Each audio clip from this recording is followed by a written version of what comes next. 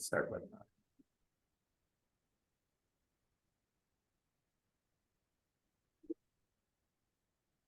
Welcome to the Board of Psychology's scheduled meeting. We will first show a video to show how you can participate remotely. Welcome to the Professional and Vocational Licensing Virtual Board Meeting. When the meeting begins momentarily, the chair will take a roll call, explain any specific rules for this particular board, and then move to public comment. The name of the board member will appear on the bottom left-hand corner of your screen. For instance, this is board member Y, and this is board member E. Public testimony will be accepted at the beginning of the meeting and before each agenda item. You can indicate that you are ready to testify by clicking on the Raise Hand button being circled by the mouse on your screen now. At the appropriate time, the board will recognize you to speak and ask you to unmute your mic as shown here. Again, public testimony will be accepted at the beginning of the meeting and before each agenda item. Public attendees will not be able to unmute their microphone until recognized by the board. Public attendees who are recognized to testify will be asked to identify themselves by name and their affiliated organization if applicable. Please mute your microphone when you are finished speaking as a courtesy to others and members of the board. Public attendees will not be able to unmute themselves after the testimony is completed unless recognized again after raising their hand. At some point during the meeting, the board may choose to move into executive session. When the board moves into executive session, the board members' microphones and video feeds will be turned off, and a similar screen as you see now will be displayed. When the board returns from executive session, their microphones will be turned on as well as their video cameras. Welcome again to the Professional and Vocational Licensing Virtual Board Meeting. At this time, the chair will call the meeting to order and take a roll call, as well as explain any additional rules that may be specific to this board. To view the meeting and provide live oral testimony, please use the link at the top of the agenda. You will be asked to enter your name. The board requests that you enter your full name, but you may use a pseudonym or other identifier if you wish to remain anonymous. You will also be asked for an email address. You may fill in this field with any entry in an email format, for example, @mail.com. Your microphone will be automatically muted. When the chairperson asks for public testimony, you may click the raise hand button found on your Zoom screen to indicate that you wish to testify about the agenda item. The chairperson will individually enable each testifier to unmute their microphone. When recognized by the chairperson, please unmute your microphone before speaking and mute your microphone after you finish speaking. Phone access. If you cannot get internet access, you may get audio-only access by calling the phone number listed at the top of the agenda. Upon dialing the number, you will be prompted to enter the meeting ID, which is also listed at the top of the agenda. After entering the meeting ID, you will be asked to either enter your panelist number or wait to be admitted into the meeting. You will not have a panelist number, so please wait until you are admitted into the meeting. When the chairperson asks for public testimony, you may indicate you want to testify by entering star, then 9 on your phone's keypad. After entering star, then 9, a voice prompt will let you know that the host of the meeting has been notified. When recognized by the chairperson, you may unmute yourself by pressing star and then 6 on your phone. The voice prompt will let you know that you are unmuted. Once you are finished speaking, please enter star and then 6 again to mute yourself. For both internet and phone access, when testifying, you will be asked to identify yourself and the organization, if any, that you represent. Each testifier will be limited to 5 minutes of testimony per agenda item. If connection to the meeting is lost for more than 30 minutes, the meeting will be continued on a specific date and time. This information can be found on the board's website. Instructions to attend the State of Hawaii virtual board meetings may be found online at https://cca.hawaii.gov/pdl/files/2020/08 State of Hawaii virtual board attendee instructions.pdf. If you wish to submit written testimony on any agenda item, please email your testimony to psychology@dcca.hawaii.gov. or by hard copy mail to Board of Psychology, PO Box 3469, Honolulu, Hawaii 96801. We request submission of testimony at least 24 hours prior to the meeting to ensure that it can be distributed to the members of the board. Board members, when I call your name, can you please respond? Vice Chair, Dr. Jill Oliveira Kabab. I'm sorry, I can't hear you. Present. Thank you. Dr. June Ching. Present. Thank you. Dr. Don Keith Pedro. Present. All right, and okay. Each member, can you please report that you are currently alone at your location and no one is present in the meeting with you? This is Dr. I am alone. Pedro. I'm alone in my office. Same here. No one is present in the room. Okay, thank you for clarifying. And then Dr. Jeff Stern. Present. And myself, Dr. Sherry Sutherland is present. And since we have quorum, we will now start the meeting, and it is now 12:49 the time.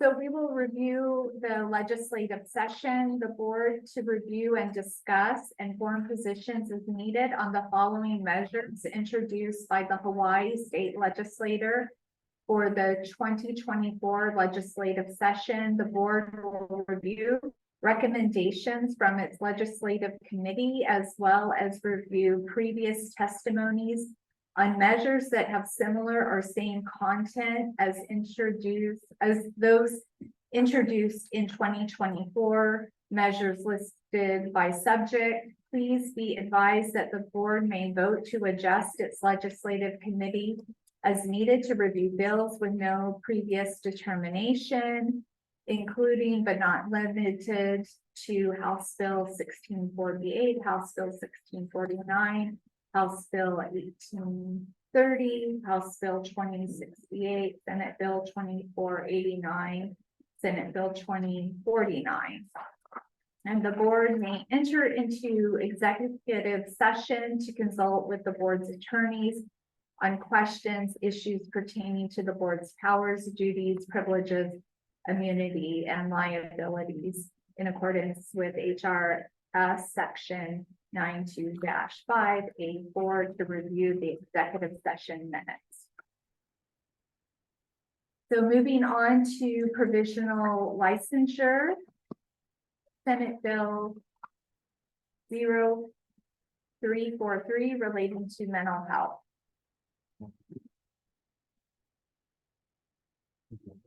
Okay, all right, establishes provisional or associate level licensure requirements for marriage and family therapists, mental health counselors, psychologists, and authorizes insurance reimbursement in certain circumstances, allows psychologist license applicants to sit for the licensing examination before completing certain requirements, allows the Board of Psychology to grant licensure waivers in certain circumstances for psychologists, authorizes insurance reimbursement for services provided by a supervised social worker intern in certain circumstances. So board members, do we wish to discuss this bill?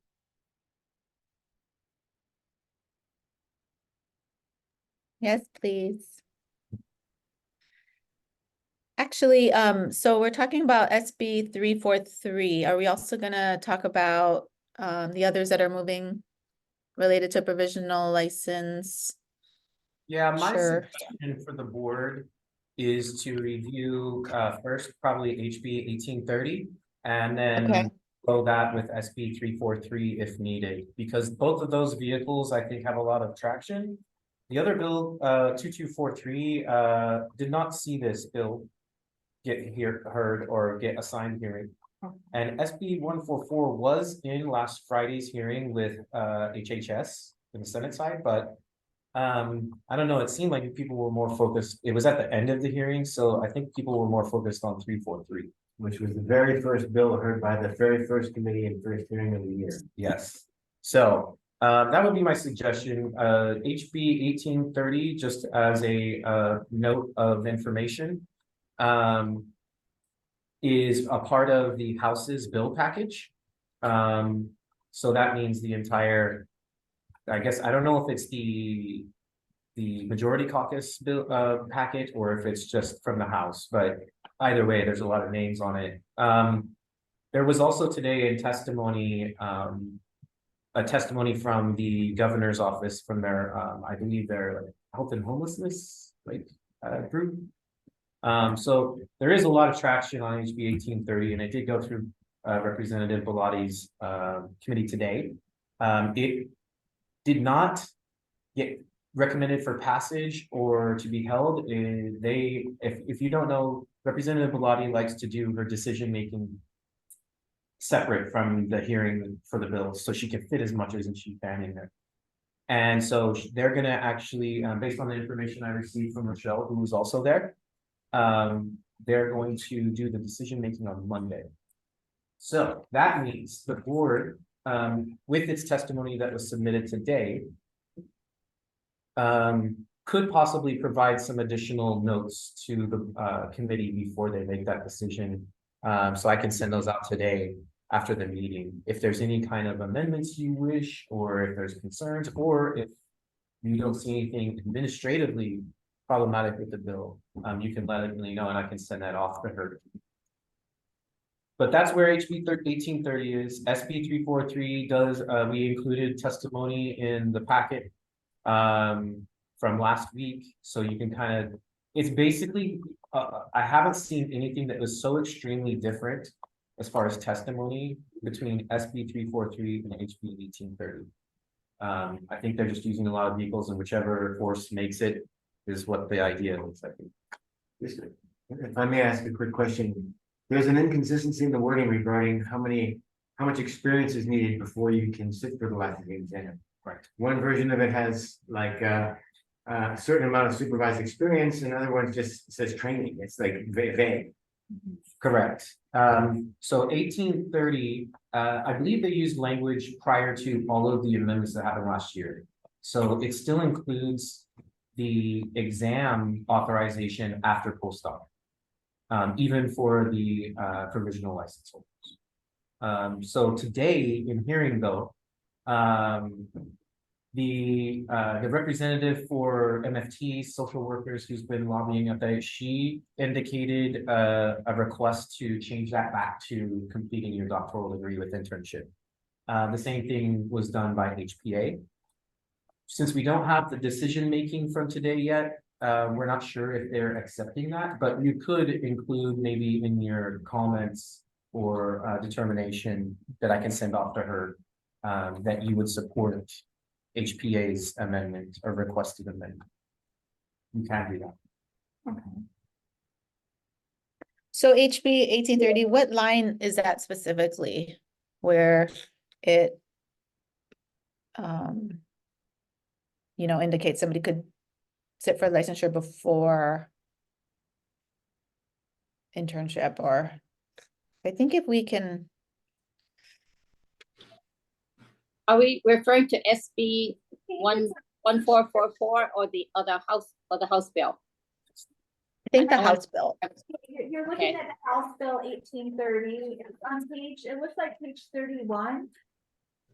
For 30 and 31 provisional licensure for associate psychologist. Page 31. Okay, sorry, I'm just pulling that up right now. Yeah, so House Bill number 1830, page 30 and 31. And what line are we looking at? It starts on line 18. Okay. Educational.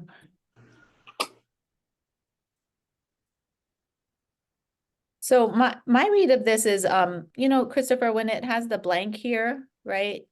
it says has completed all educational requirements under section 465 dash blank, and that would be where it would insert the new language, you know, being proposed from the beginning, right? Not the language from the existing statute per se, right? Because it's creating a whole nother. Yeah, I think they just leave the section empty because they're not really sure where they're gonna place it. I think it really depends on the final product. Because, that can happen, sometimes even be changed up in conference.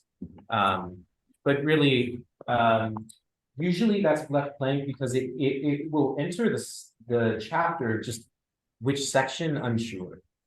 They could make this a part of 7, but then they would have to adjust A1 and everything. So I don't know. That really just indicates that they don't have a place for it, but they're gonna put language in. So can members, you know, can we recommend to make this clear right there to say has completed, you know, doctoral training including internship? Would that make it really clear at that? I For think, that? the board, my recommendation is the board should just say, that should say 7A1. Because those are the, 7A1? yeah, because in chapter 465, section 7 is the license requirements.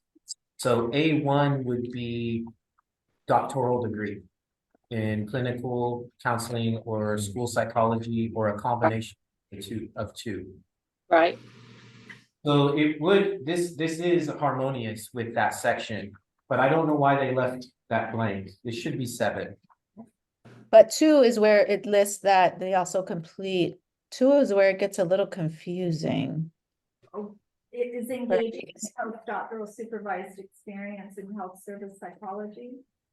And then 2A says an internship approved by the APA. I don't know.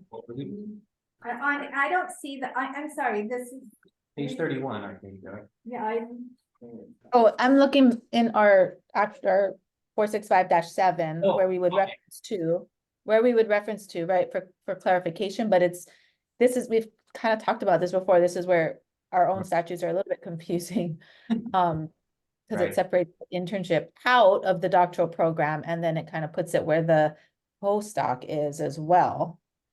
So I think one time we kind of figured it out. We said 7, 1, A and B, and 2A, perhaps. Would that cover Right. the Well, internship part? It looks like okay, so this bill affects section 7. It has to, because section 7 is specifically designed right now, right? Right. There's also a new section starting on page 30, part 4 is talking about a new section that's only going to be the language for the provisional license.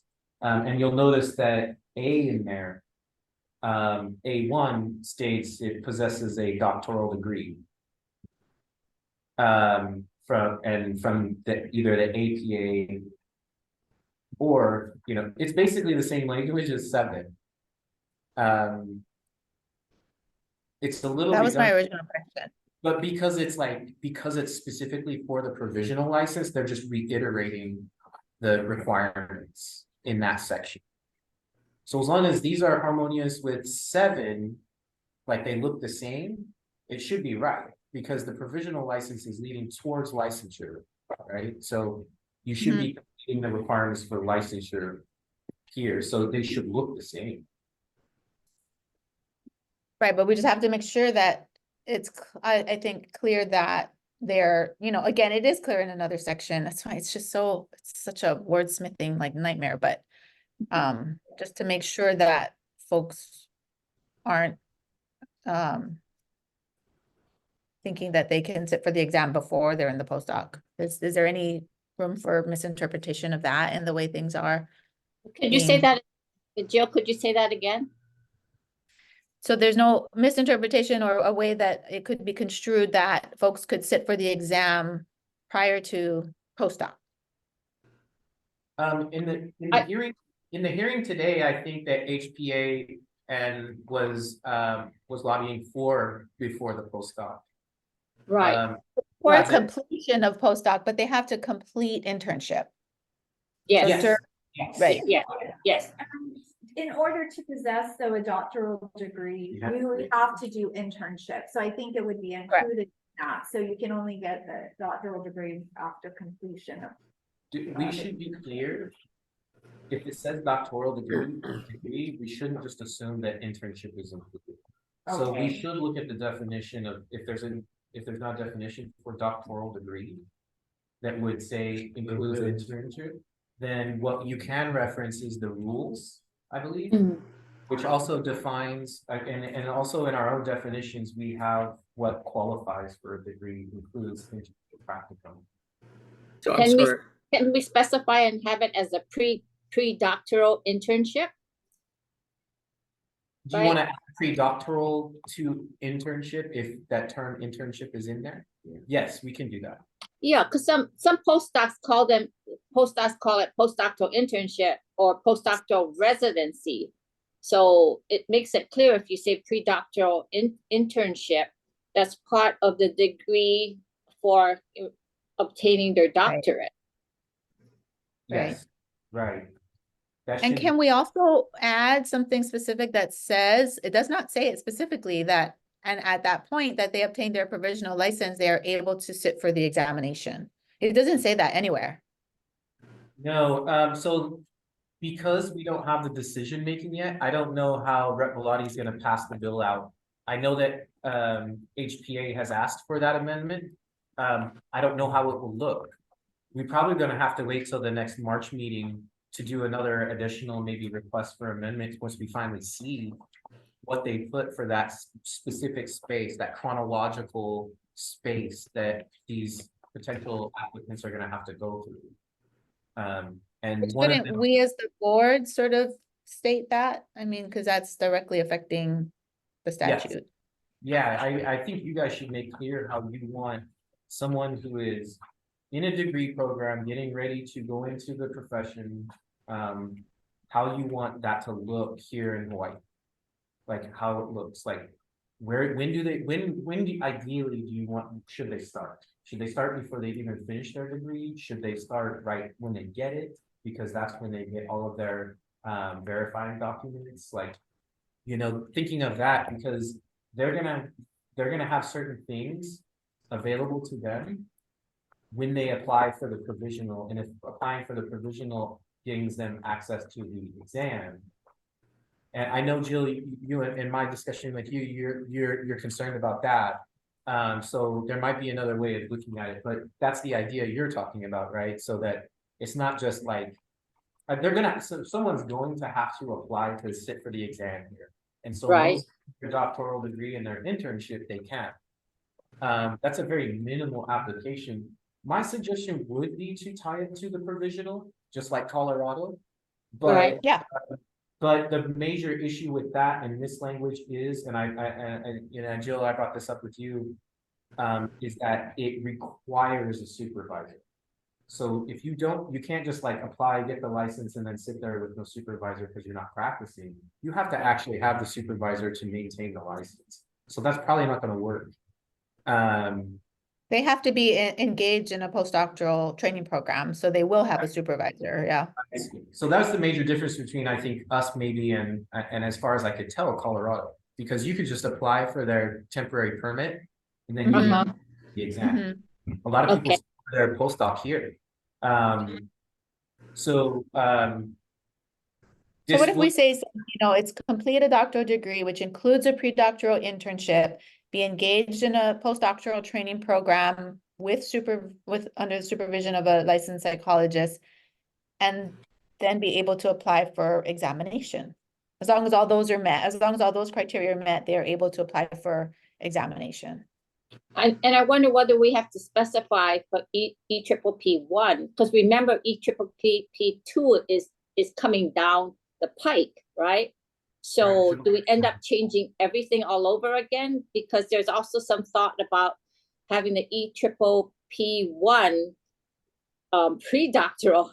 I think that they even talk about that going on, in lieu of taking comps during their doctoral year. and then doing the EPPP 2 afterwards. So I don't know how we make that kind of, I don't know. I mean, deal with what we need to do now, as well as also have to keep in mind, what's going to be changing, right? Because isn't the EPPP 2, isn't that supposed to be in effect, I don't know, in 2 years? It's been Oh, the date? more than that, but I do know that coming down the pipe, like you said, is that they're really pushing, ASPPB is really pushing to make EPPP2 mandatory. Right. Right. Right. And the states are really there are several states that are lobbying against that. They don't want Right. that. It's a further expense, obviously. Mhm. And a major concern, but I think you guys have already indicated since I've been here, like it's almost 6 years now, that you'd like to move the EPPP1 or the current EPPP that we use to after doctoral degree, and then upon completing the postdoc, be able to authorize for the exam too. Right. And so I think the structure of this bill, my idea is that it will work that way if they change that internship and degree and exam authorization language. Mhm. The major thing you guys have brought up, and I haven't been able to think about it yet, is how do you ensure that the exam is authorized at the same time as the provisional license? Right. Are we saying that there needs to be the passing of the exam in order to be having the provisional license as an associate You think conferred, you right? think they should have the exam before they get the provisional? No, they're gonna have the provisional and Oh. then be able to take the exam, right? Because they can apply for the provisional as a postdoc and take the exam. Yes, yeah. Okay. Versus like the way it is now, they have to complete postdoc before they can apply for the exam. It's just moving it up one little notch earlier. But Yeah. can I ask a question about this? If we're saying that they only have to have completed their degree, some of these programs only require 1,500 hours of internship in order to give the degree. And our state requires 1,900 hours. Yeah, I think we're saying that it has to adhere to the laws of Hawaii. So if Hawaii's statutes say 1900, then that's still, that applies.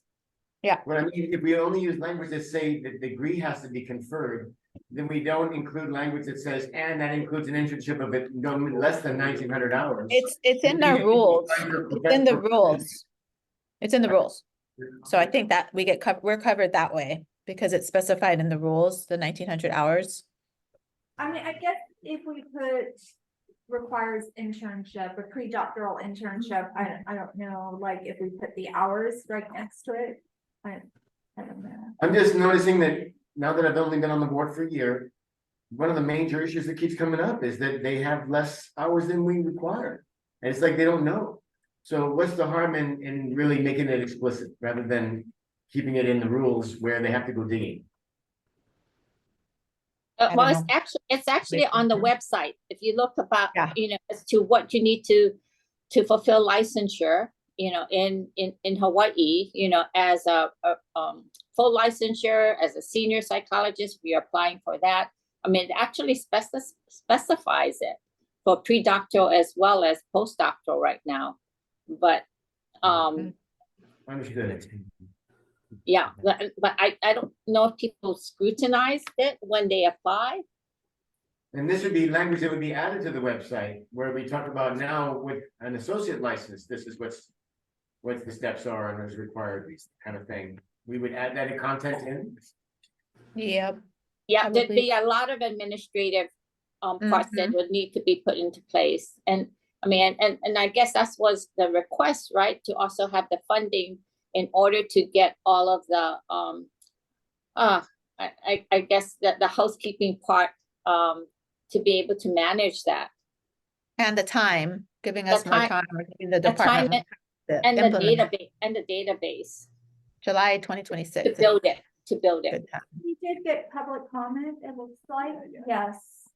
Do you want to check? So Yes, it says aloha. I think the language of focus should be on page 40, lines 1 and 2. This is from Becky Gardner, HTA lobbyist. Yes, if you're listening in, Ms. Gardner, thank you.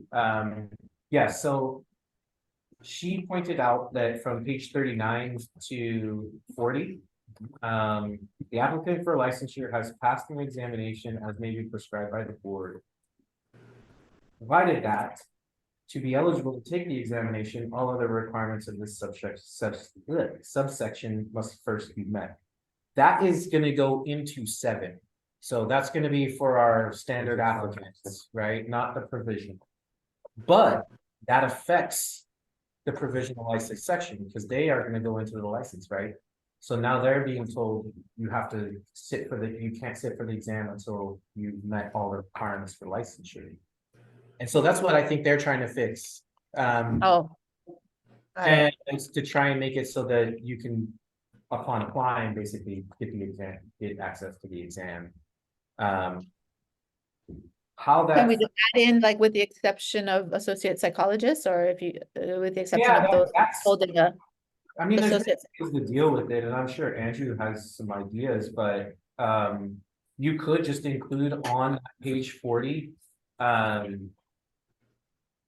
like it already says provided, but you could say additionally provided that provisional license holders may take the exam upon approval of their application or something like that. And then that way, in 7, it also indicates that this is for all licensees who aren't doing the provisional, but the provisional people, you can have access to the exam earlier by completing your doctoral degree and pre-doctoral internship. Right. Could do it there. You could do it in the provisional license section. And then ask that draft language be modified. But so there's like several different ways, but to be clear, this board supports EPPP1 exam being authorized to an applicant who has been approved for the provisional license, which would include an internship and a postdoctoral degree. No, an internship and a doctoral degree. Sorry, not postdoc. I meant the degree. Sorry, and I almost had it. last You month. almost did, and I was Um, tracking. Could I mean, just because I'll be drafting the testimony, could I just make sure that each member is okay with that, or we have the majority? Can you repeat it? Okay, so this board supports the EPPP1 exam 1, to be authorized for an applicant approved for the provisional license upon a doctoral degree, which includes a pre-doctoral internship. Does that require people to apply for a provisional license in order to sit for the exam? At this point, it would. Because otherwise we would have to make an application for only exam applying, then the provisional license, and then all our other applications that we have for the different pathways. It would necessitate a provisional license application. It would necessitate a provisional license, but I think the essence of the idea of this bill, right, is to build a program here on islands, not just make a shell for people to take the exam in Hawaii for like the weekend. Is it simpler to just go to associate psychologist? I know some of the bill language is starting to do that, where rather than saying provisional license for the associate psychologist, we can just say associate psychologist. Yeah, I think maybe it depends on if you're talking about scope versus the actual what you need to achieve the license, but depending on the section. I think they want to identify the persons that get the license, the provisional license, as associate psychologists. Yeah, So I you can see become that an could associate add psychologist with the provision, right? You become associate psychologist. You can have that title with the provisional license being approved. Let's see if we can find that. where it's, maybe it's in the definitions.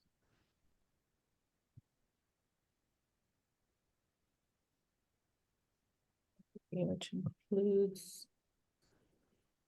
And I see another message from Ms. Gardner, who is confirming that the new proposed language does not require postdoc experience be completed. Okay. Mm-hmm.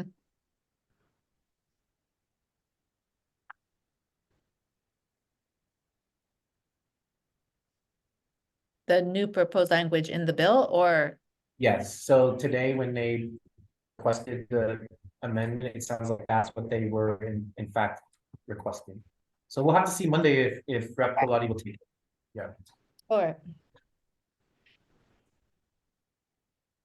I have another big area, I think that this might be an opportunity for the board to define organized health service training program. Can you tell me if that's possible or not? No, I think, I mean, Yes, it does say that here. Right, organized health technology, yes, so. If we, you could, the board can request amendments in any fashion it wishes. I mean, not in any fashion, but whichever it wishes. Well, how that, what that will do and how that will affect the bill, I'm not sure. Right, Joe, I mean, I think it, you know, in some places we say organized health service training program. And Mhm. other places we just say training program described, Mhm. right? I think, can we But the statutes. can we reference, can we put in a sort of, you know, the board will reference national standards to include APIC and APA when determining or an organized health service training program? So that we can, remember last time the discussion was we couldn't ask certain questions because we don't have that in our rules right now, that, you know, the kinds of questions where we would be able to determine whether it's an organized health service training program, which we have like a good template for that with APIC and APA. So just to kind of have those national criteria and standards in the language, not saying it has to meet every single one, but we could reference it. Is that possible? You can. Yeah. I think that we've always been sort of avoidant in the statutes to include the acronyms of folks. Just because if that changes and is defunct, then we have to get that bill to change that. So usually it goes into like rules or something like that. But I think that this instance, based on my own research and then also hearing from the board, my recommendation would be, yeah, I mean, you can go for it, like, you know, include it in the definition so that the board itself can have a little bit more to work with. You may, if you're wanting an authority though, then you may have to affect that section as well too. You may be able to argue, I don't know, maybe that this falls under the board's authority to review applications. But to be explicit, it would be better. What happened? Be really, that would be really good. I think that would help us a lot. Because Did he? I don't see him. what happened? I think we lost Keith. Oh. Where's my teams? Yeah. Okay, we're on Zoom. We still have. Yeah, we do have quorum, so we can continue. But I mean, could we add something here like supervised experience in health service psychology in accordance with APIC or APA guidelines? Could you repeat that? I'm not hearing all of it. Oh, okay, sorry.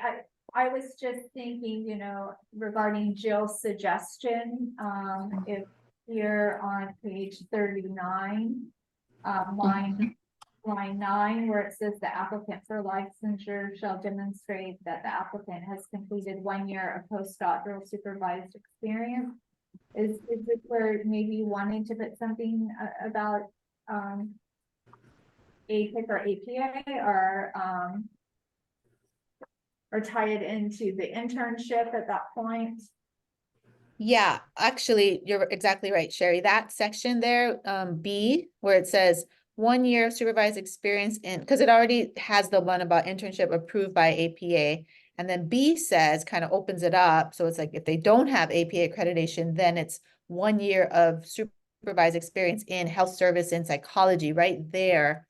We Right. could add it there. Add that in.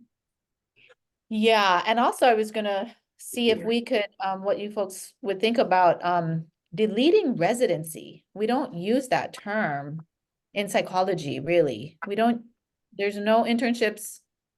So, There some should, of, some of them some of the internships are called depending on whether, they're Okay. part of, let's say, a medical center.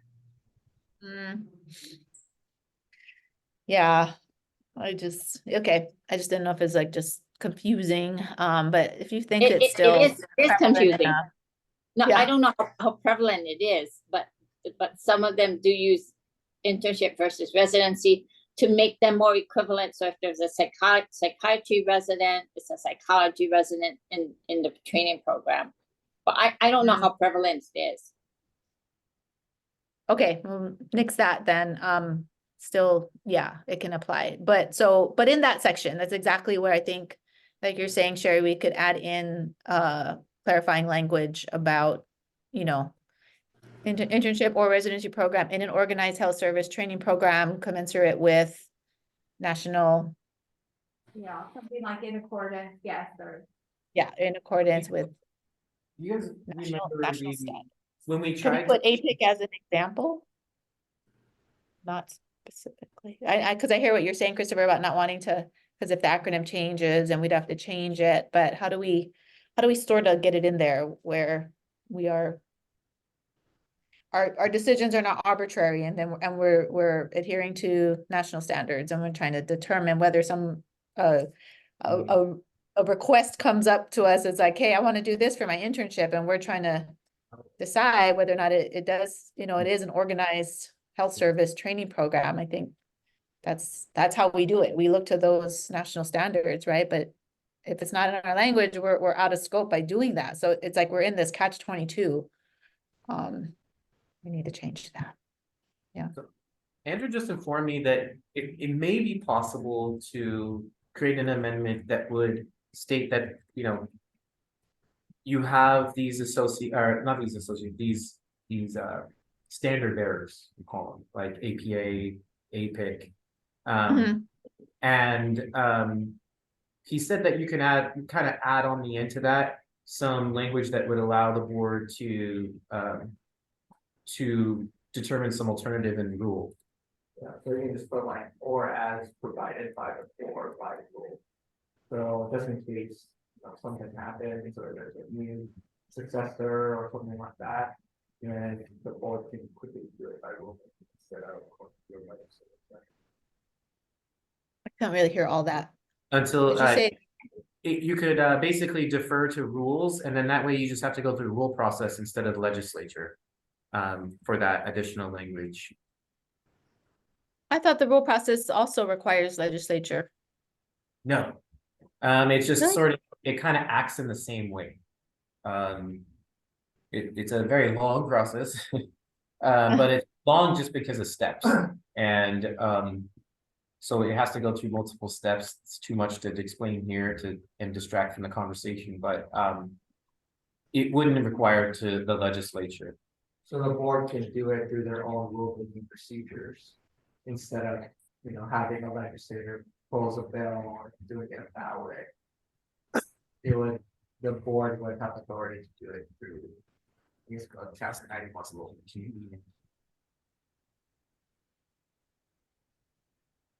I'm just thinking, what's the fastest route?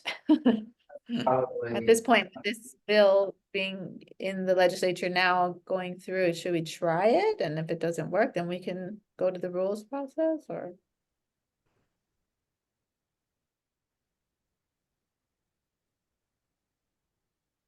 Yeah, I mean, if you're defining something in the statute already, then it would be something that you would normally do through rules.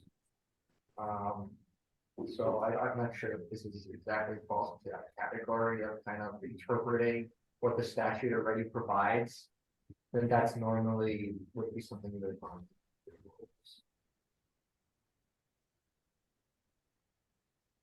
Yeah, and I mean. There's specific concerns that I think right now I can draft a general sense from the board. I don't have any specific language. If at any point in your guys' conversation about this bill with this subject matter, these bills with this subject matter, you feel that you have adequate information to provide a determination, you can do that. And remember that the legislative committee can carry the spirit of the board's vote. I'm seeing that, Becky Gardner had made some other notations, just a note on this possible recommendation on health service. I think this amendment will help to distinguish psychologists from school psychologists. Yes, the administrative rules would be binding, but must be within the parameters set out in legislation. This bill proposal might be faster because so many bills are moving and is more binding.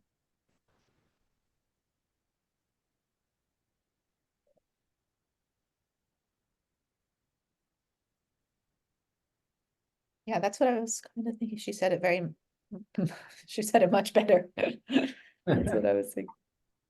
So the idea would be to carry over the health service and psychology language so that we can keep a distinction. Right. And then the other one was to, sorry, I lost my train. I guess to kind of include it in the bill right now. Yeah. Include the language change Yes. that we're talking about? It would be binding, but it must be within the parameters set out in legislation. This bill proposal might be faster because so many bills are moving and is more binding. Can we have her come into the meeting? It's up to you guys. Yes, I would be willing to allow Becky to come in if she's able and willing. Let's go ahead and promote her to panelist, and then she can let the board know if she wishes to or not. Okay. Oh, now I'm seeing the chat too. Okay, sorry, I wasn't seeing the chat either, so I was like. Hi, Ms. Gardner. This is Christopher Fernandez, the executive officer. Good to see you again. Hi, everybody. It might be a little bit easier than getting the messages, yeah? So Yeah. but thank you for those. It's actually very helpful to have like writing sometimes. So Yeah, and I appreciate your comment, Dr. Kebab. I was like, oh, I didn't see that very well. So thank you, because I was like, I didn't make myself clear. But because by so many bills moving, I mean that there is a lot of support amongst legislators to have this associate license bill go. And there's, after 3 years of this proposal coming up, there's a lot of little fixes that have been made. So it's like almost akin to like an omnibus type bill.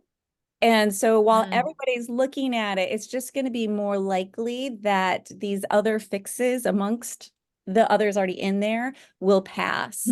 And I'll have to talk to the Hawaii Psychological Association and see how they would testify on it. But my inclination is to say that they would support this because I've been testifying on their behalf to make more distinctions between school psychologists and psychologists.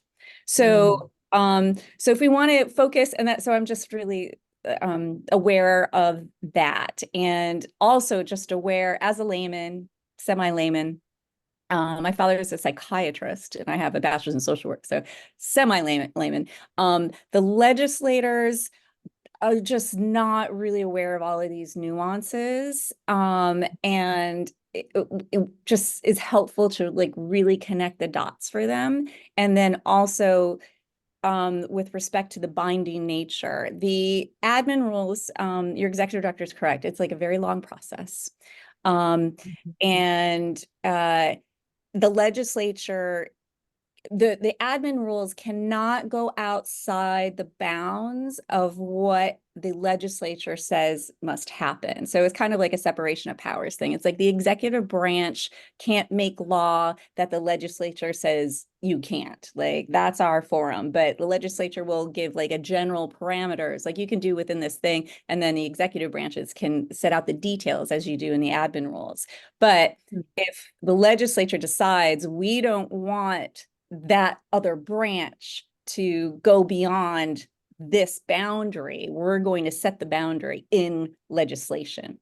So, and that principle kind of applies to page 40 that I was directing your attention to. In the current HB 1830, page 40, lines 1 and 2, I testified today to say we want that language changed because page 40, that changes the full licensure language. And saying here, provided the new language is underlined, the new proposed language is underlined, provided that to be eligible to take the EPPP, all other requirements of this subsection must first be met. And then if you look back, well, what are all the other requirements? Well, the requirement that you take that, do all of your internship must be done. And what we've been advocating, HPA and other mental health professionals, and the spirit of this bill is like, we need to stop the brain drain of post-doc, pre-licensed potential licensees from moving to the mainland and taking the test there where they can before they finished all of their experience. And then they decide to stay. And so the main thrust of this proposal is just to give them some flexibility to take that exam when they want. In fact, I think maybe it was in a mental health task force meeting or some hearing where I was hearing from a Department of Health psychologists say, actually, that's what I did. I went to, I don't know if it was California, but I went to California where they let me take the test first. And then I hung out for a year, or whatever.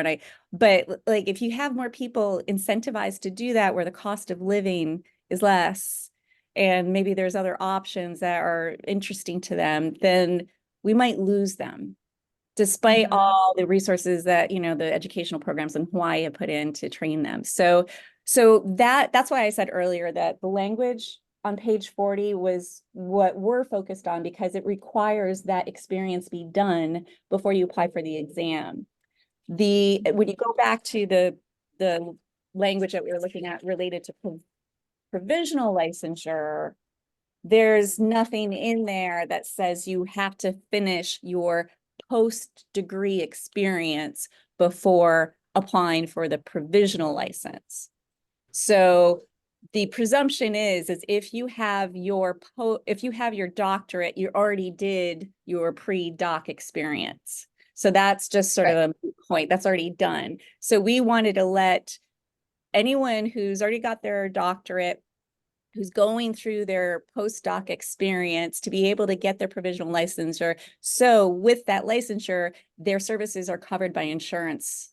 Otherwise, that's not. So I think that's why I said I think the focus should be on that page 40 language, because currently it's presumed that if you have your degree, you've already done your internship. I hope that made sense. Correct. I think that line that gets added on 39 and 40, it just negates the purpose of this bill. So Right.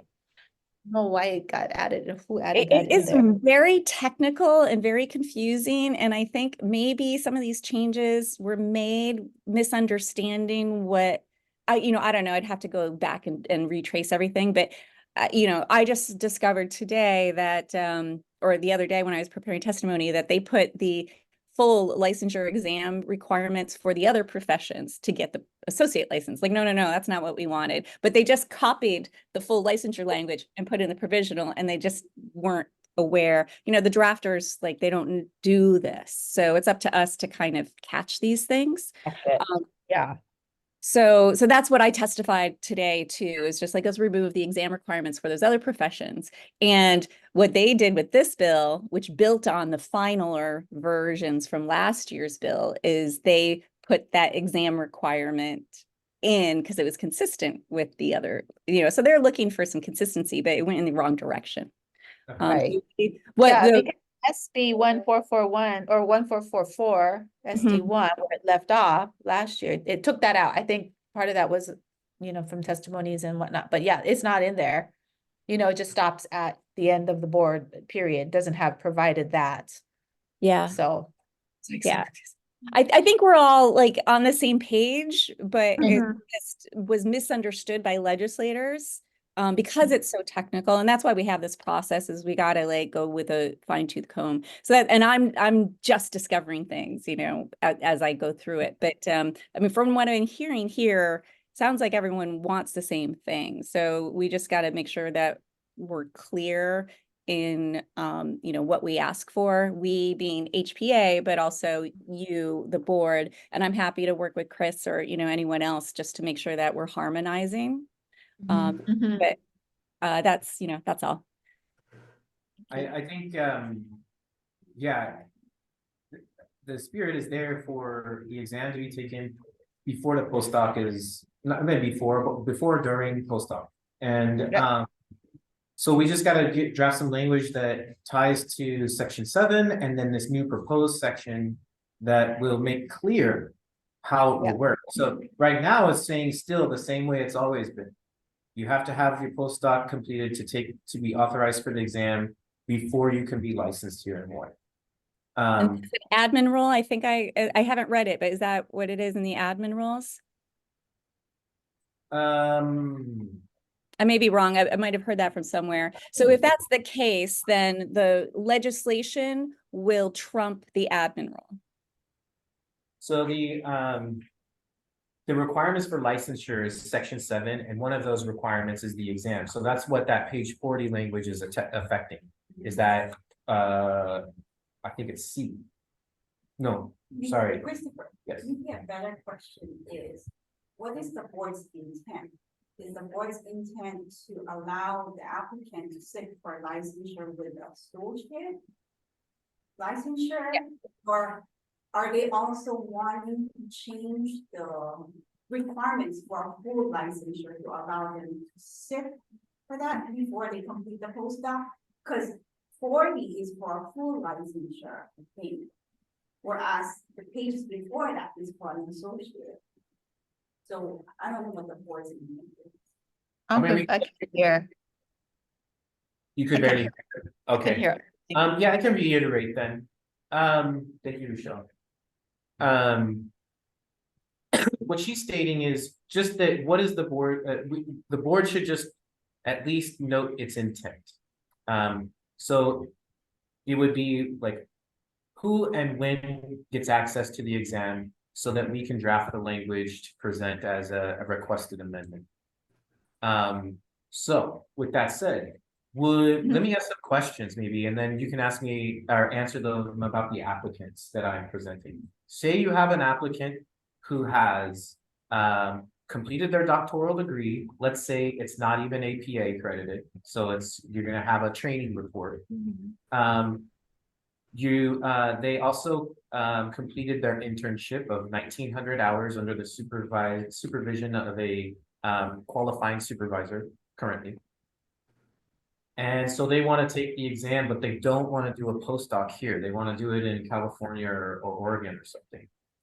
Is that person going to sit for the exam here in Hawaii? They can apply to sit for the exam.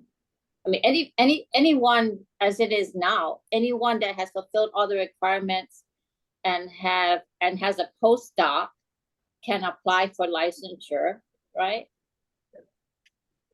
So That brings up a question of supervision though, and I think we talked about this last session about does the supervisor need to be licensed in Hawaii, which would mean that they would have to be in a postdoc in Hawaii. Right? Right. What we're talking about for the associates, for the training and supervision of postdocs that are associates trying to in Hawaii. Is that what you're talking about, Jill? So I guess that's the question, right? Do we want to limit it to just postdocs in Hawaii? That's probably too limiting. That's probably too limiting because we don't have very many. Right. Yeah. So Yeah. we would have to, it would have to be like California when, if I'm a supervisor in Hawaii and I have a trainee who's from California or they're planning to apply to California, we fill out forms for the California board regarding supervision before we actually start the supervision. And so California board is aware of it and it's approved, so I think at first I was thinking just Hawaii licensed supervisors, but I don't think that would be in the spirit of opening, getting folks through the requirements faster because It'd be limiting because we don't have much spacing here. Right. Availability. right. So you really would only have like maybe a couple dozen, maybe 3 licensees at any given time.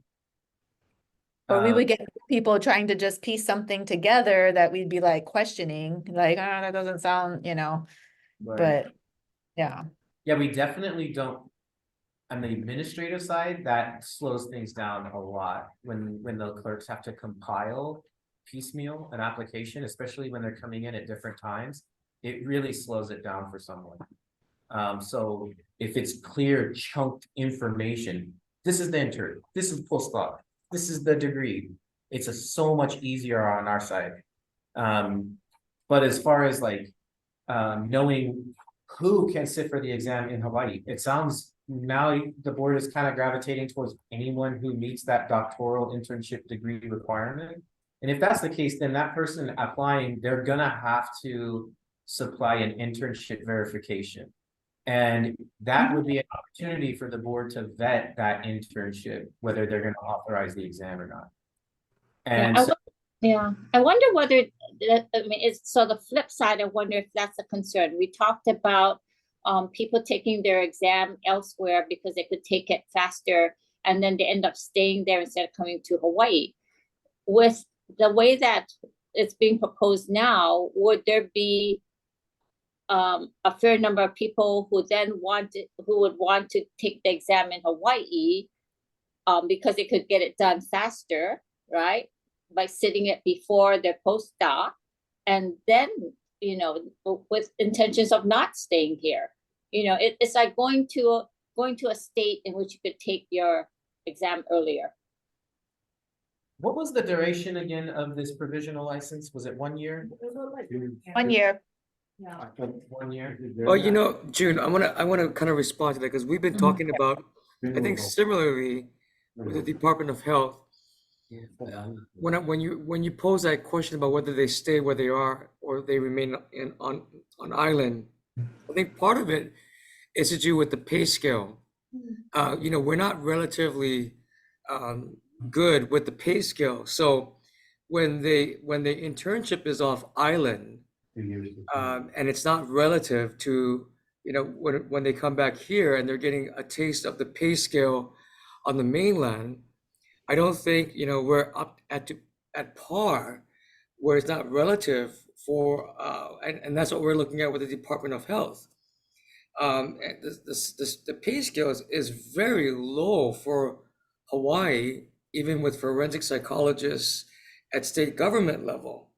So it's kind of like the question is embedded with not just so much the licensing and why are they not coming back? It's the pay also with school psychologists, with teachers. It's relevant. We can't just look at the light. I think it's a lot more than just that. I think it's the pay. I would agree with you, because it's been very hard to fill certain positions, because of the pay scale being so low across the board for psychologists, psychiatrists, APRNs in comparison to one.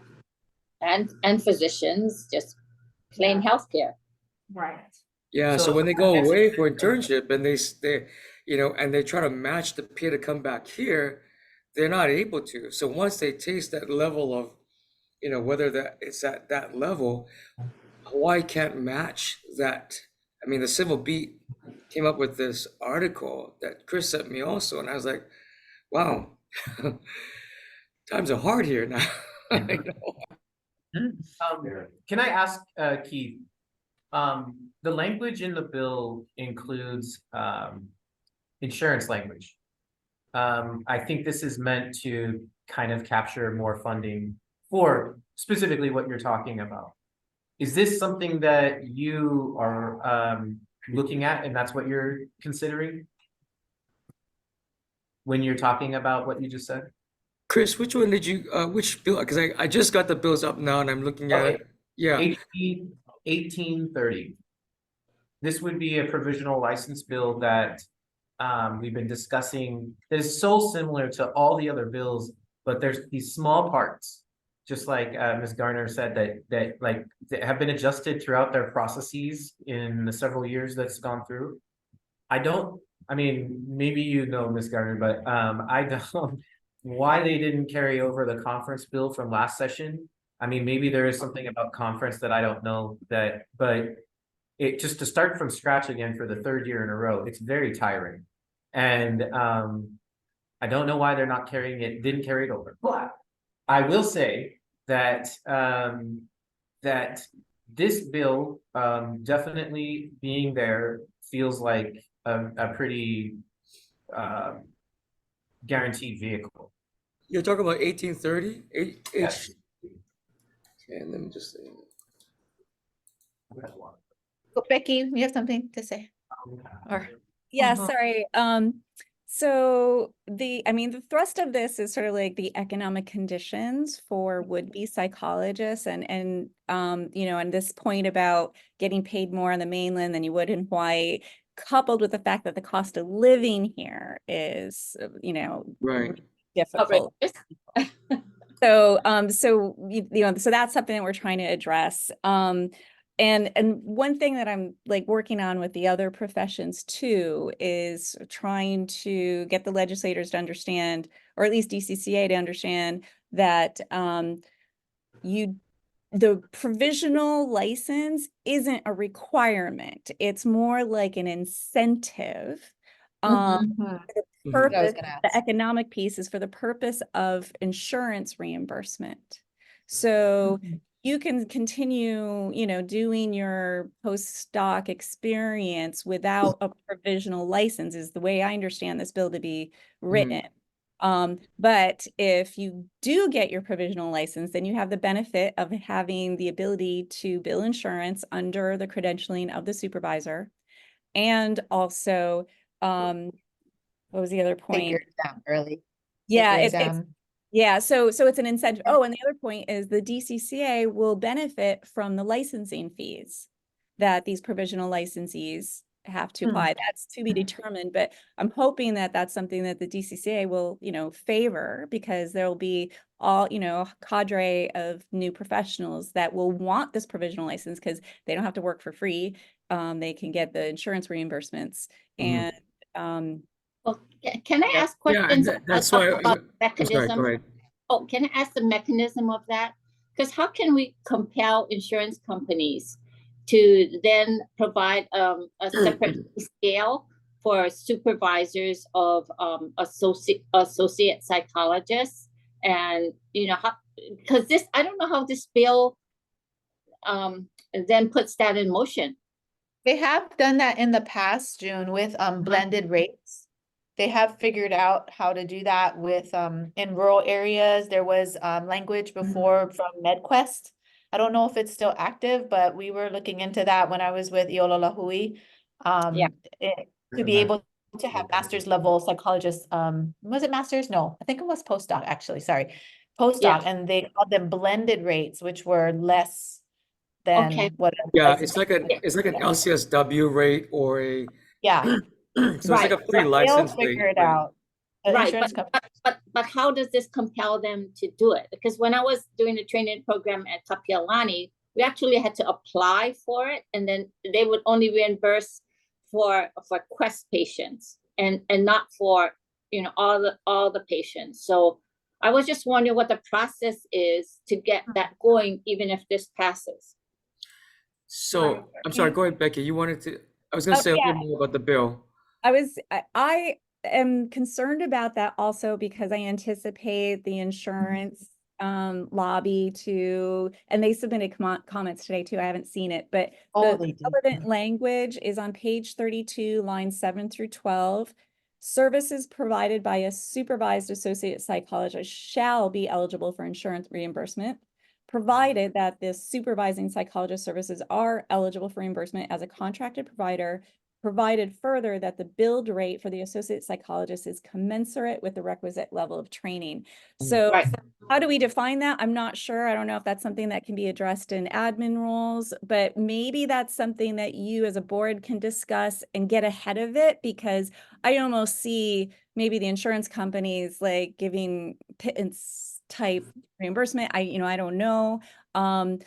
I shared a story today about a friend of mine who's getting her MFT license, but well, I'm sorry, the same friend actually she decided to become an MFT because she was taking her daughter to see an MFT trainee, and she was paying $50 for that trainee's services out of pocket because the insurance wasn't covering it. So I'm like, I don't know if that's fair or what for her level of experience, but that's something that's not defined is, what is a fair billing rate for those trainees? Should it be on a scale? So that could be like the next round of debate. But if you guys have a clear sense of what that rate should be, the earlier you can get that into the legislative record, the better.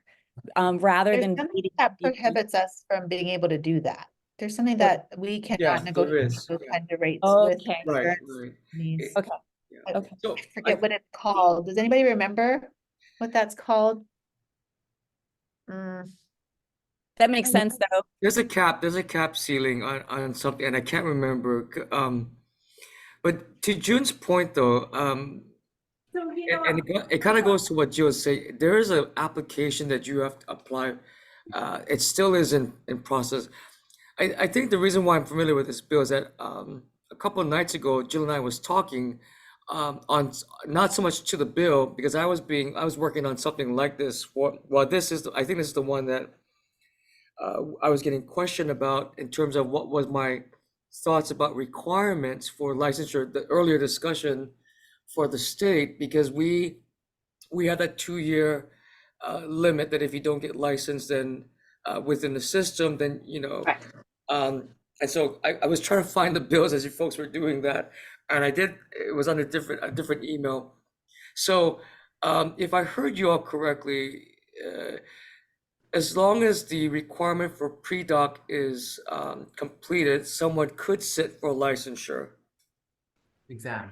No, pre-doc, and they have to have the degree conferred. Right, and they could, and then sit for a so the exam. during the postdoc years, they could Yeah. take the license exam. Okay, so that's what we Yeah. had. Okay, I'm so okay. sorry to So- interrupt, but Yeah. can we try to take a vote? Just because we have a lot of bills to get Okay. through. and we're So I'll just still respond to this, with the question to this, but I apologize, yeah. So the answer is yes, Chris, the answer is And yes. it's antitrust laws. That's Yeah. what it is. We can't. Right, there it is, yeah. Oh, That's the right. one, yeah, Yeah, you cannot be in collusion to set Mhm. rates. right. Yeah. But in the past, I know insurance companies have come forward with other bills that we've worked on where they've been supportive of access to care initiative. So hopefully they could see this as being something that would be, increasing access to mental health care. And hopefully they can, I don't know but it'll be interesting to see what their comments were, Becky, if they had some today. All right, so I guess we want to make a vote and give our support of the bill, the intent of the bill, and maybe areas where we would like some correction. Can I just clarify, Chair, you were saying that you were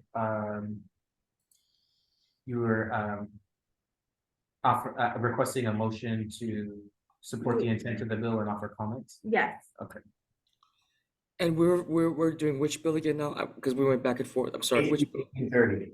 1830. Go ahead and do that vote. Yes. Can we have a motion, please, to support the intent of the bill of HB? I so move. Okay, moved by June, seconded by Keith,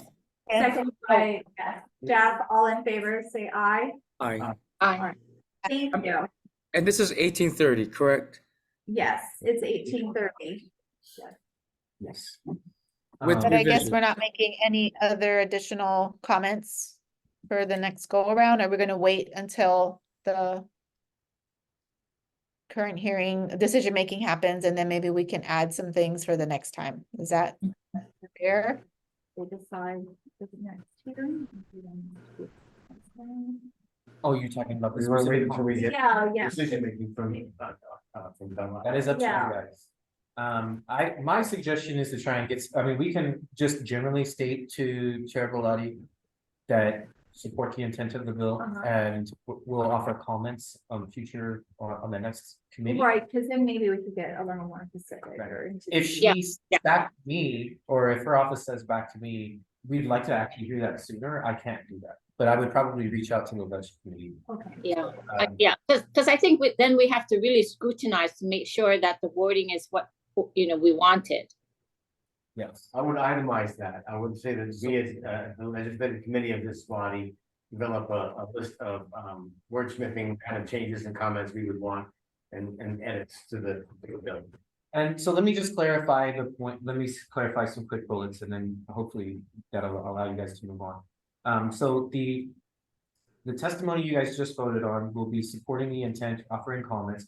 The initial comment will be concerns about when the exam is taken and that the board's wishes for it to be after the degree and internship.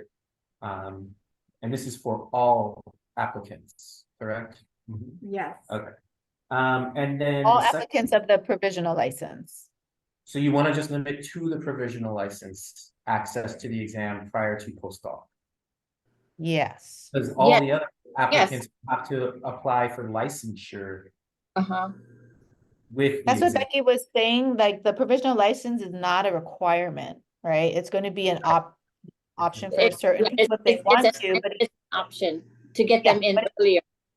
but if somebody doesn't want to do it, they just go through the Yeah. regular And apply license. post-doc. Yeah. Right. Right. Okay, all right, so we will figure that out. And then, was there any other notes besides that section? I've. Should we Well- say to strike that Uh, language from also- page 40 that we were talking about? Now, page 40 at the top, number 1, be eligible. I thought they wanted us to get rid of that. Okay. Yes, okay, so we'll get rid of that one. Okay. All right, Alright. thank you. And then as board members, as far as the way the agenda is organized, it's organized on subject matter, so provisional licensure, for example.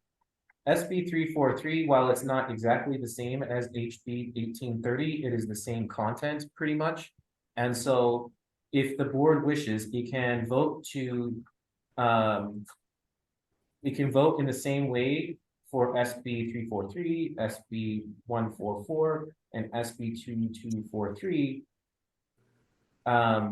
In the same way that the board supports HB 1830.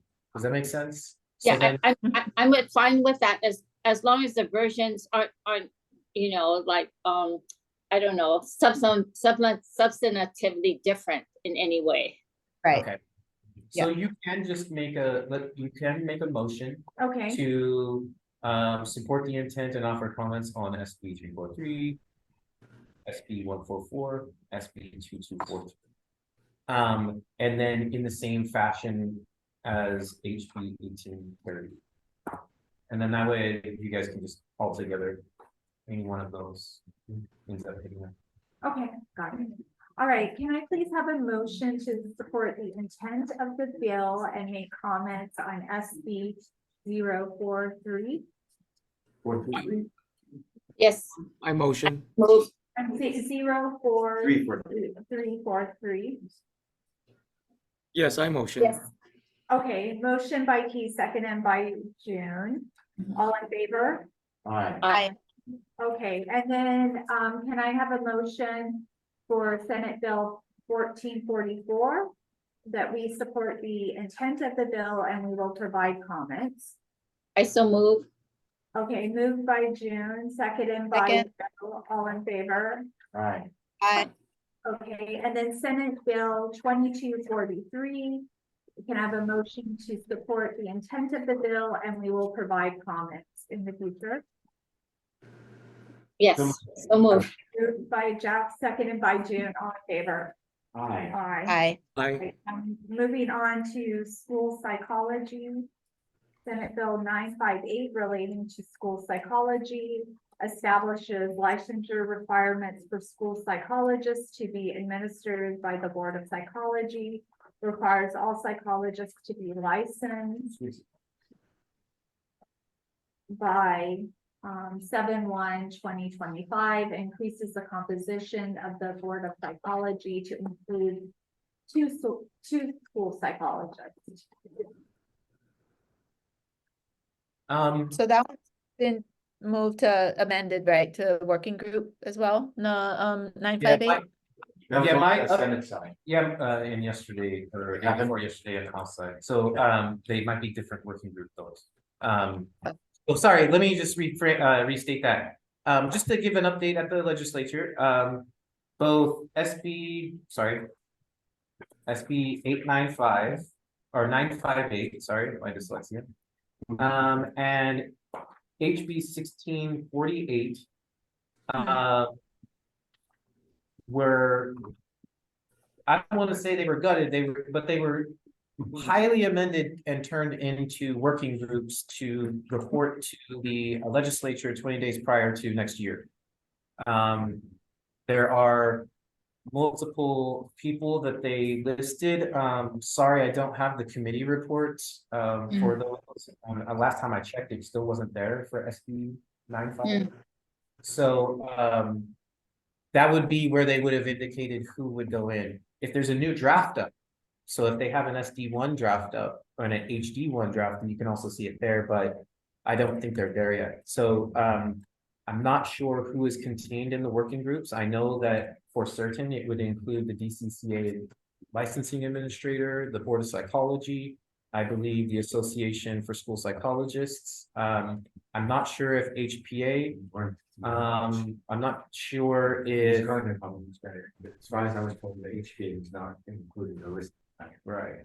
And so, while that may not be the purview of the board, I think the board needs to, I think, maybe ensure that this working group is something that it is kind of leading. Do you, Christopher, do you have any sense of the scope of the working group? Really what they want to figure out is how to develop a licensing, scheme.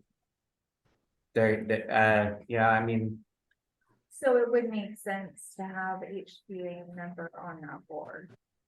I think I mean, a working group should include all vested parties.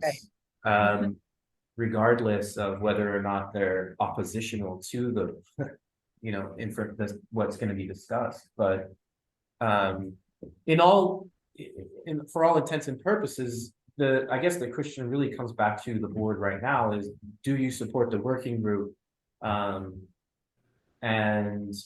If so, then, you know, maybe you can just make a motion, because now the language is totally different. It's not affecting 465 right now. It's just establishing this working group by legislature.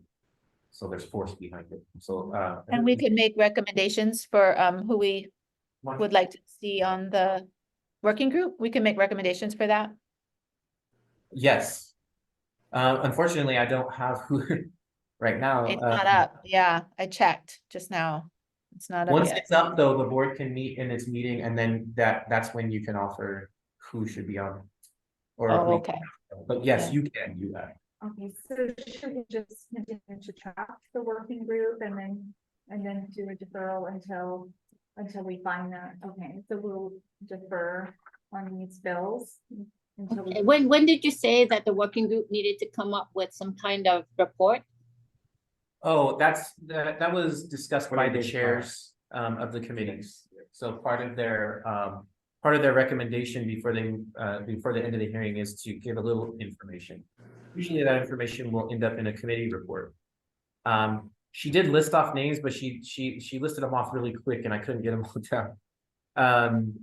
I was just wondering when are they targeting? Oh, when? Oh, sorry. Yes, they did state that. So, I mean, we'd have to like get on it like pretty much right away if they pass it, because we would only have from May through November basically to meet with all these parties, come up with a licensing scheme, and turn that in as a report by 20 days before the legislature. I've never done that before. And so it is pretty rapid and it's gonna be fast and hard. But it's possible and it's been done before. It's in these types of instances, I would say it's common because there are a lot of parties who disagree. And so if the legislature is like, no, this needs to happen, then they put everybody together in a room.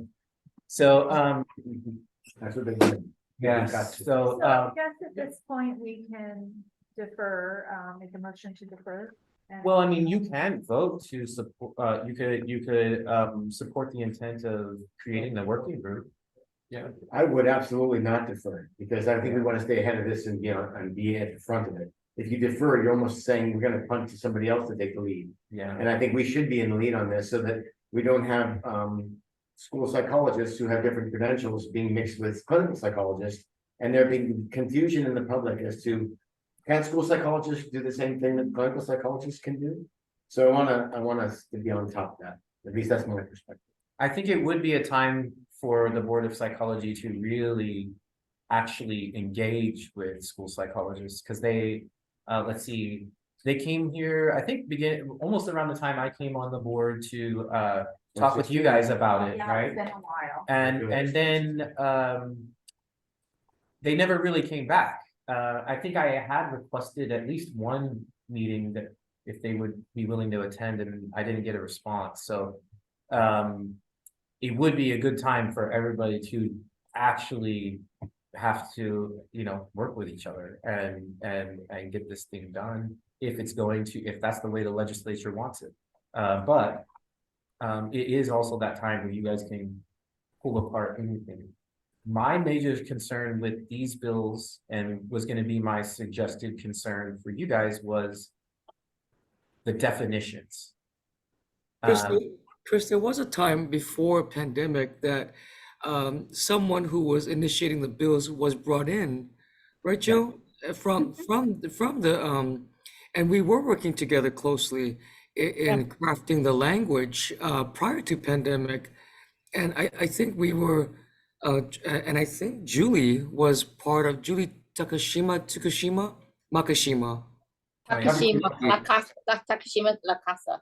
Right, and I think we were looking at trying to make sure that, I think they were in agreement that we had an understanding that it wasn't so much about we wanted to make sure that the roles were clearly understood, so that there was no confusion between the roles. Yeah, And we did talk about that with them. Yeah, I can't remember who she was. I mean, right now, I guess you guys should really just focus on the motion for the language as it is. Sure, which, next sure. point, is that you support the intent of the bill as a working group. Okay, so can we have a motion to support the intent of the bill? Yeah, I support the motion. Group? Because Okay, the packet also had a survey, a study that they also did. I was just looking at it, and outcome measures too. So to the government, yeah, I motion of Okay, for love and Senate support, Bill whatever. 958. In support of a working group, okay, motioned by Pete, seconded by Second. Bill, okay, all in favor, say aye. Aye. Aye. Okay, and then House Bill 1648 relating to school psychology, can I have a motion that we support the working group? Oh, sorry, hold on. Oh. I'm not sure that bill was modified. So for these other bills, I guess you could defer, because really, I think the SB 958 and HB 1648 were the ones that were heard. I would stay with those, and then you could defer the others, because I believe. I don't even think. I don't yeah. think 958 was heard yet. No, 1649 was not heard. Okay, so we have to defer. 16 I That's mean, not. sorry, yes, it was. Sorry, yes, it was. It's just doesn't. 49 was Not the passed. same thing. Yeah, Okay, so do we defer House you Bill could just 1648 then? no, 1648 Okay, because that was the one I was trying to. You could Yeah. state that you vote in the same fashion as HB. SB 958.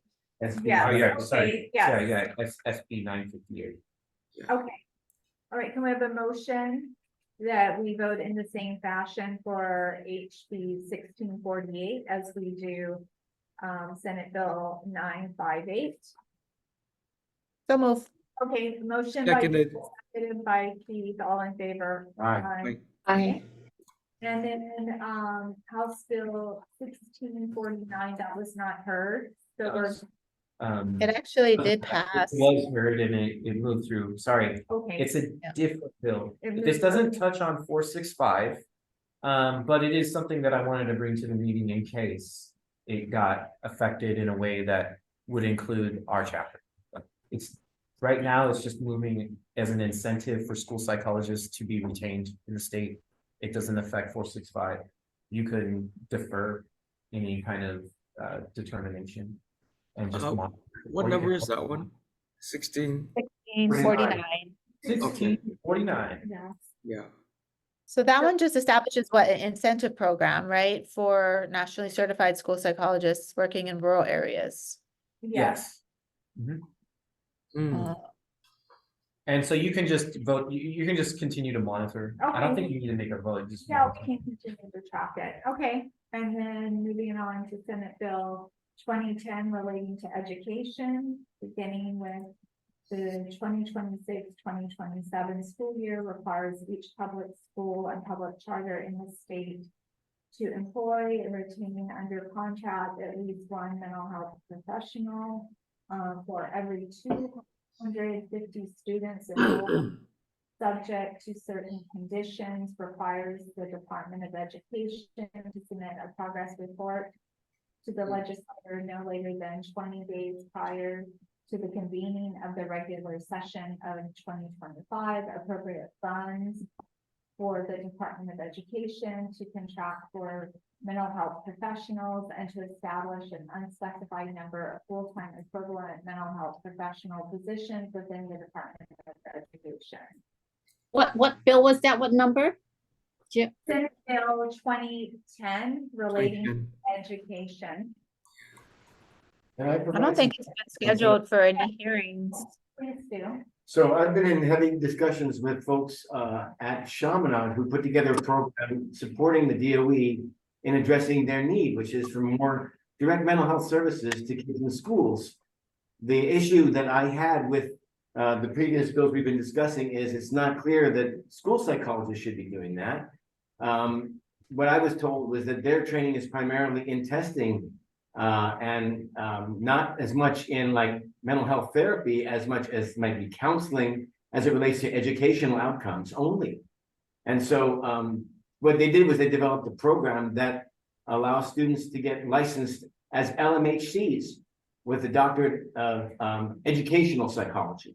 And those individuals licensed as LMHCs would be the ones filling those positions that they're trying to create. Because basically they've had so much difficulty with the school psychologist scope of services issue that they're saying we need to create positions and move over to a different world where we have mental health care providers who are qualified to do that work in the schools. And so the pipeline has been created through Chaminade's program to try to address this. And that this is the DOE's response, is to create these positions to try to get the services secured. But it's not limited to those types of mental health professionals. It's open to any, like psychologists too, like you said. I mean, could psychologists? Yeah, the bill language includes people employed on that have license under the chapter. Okay. It also includes mental health counselors, school psychologists who Clinical are social workers, exempted right. from our chapter. And then also social workers and also those exempted from licensure pursuant to section 6, paragraph 2 of 467. It So sounds anyway, like we could support just- it.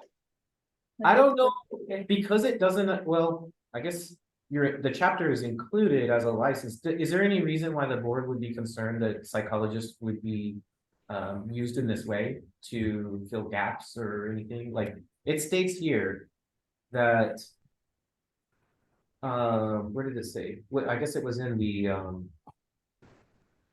it was in the, the title that said, a mental health professional for every 250 students enrolled. Mhm. My only major concern with it is this idea of the ethical obligation of being able to secure privacy and confidentiality within a school setting.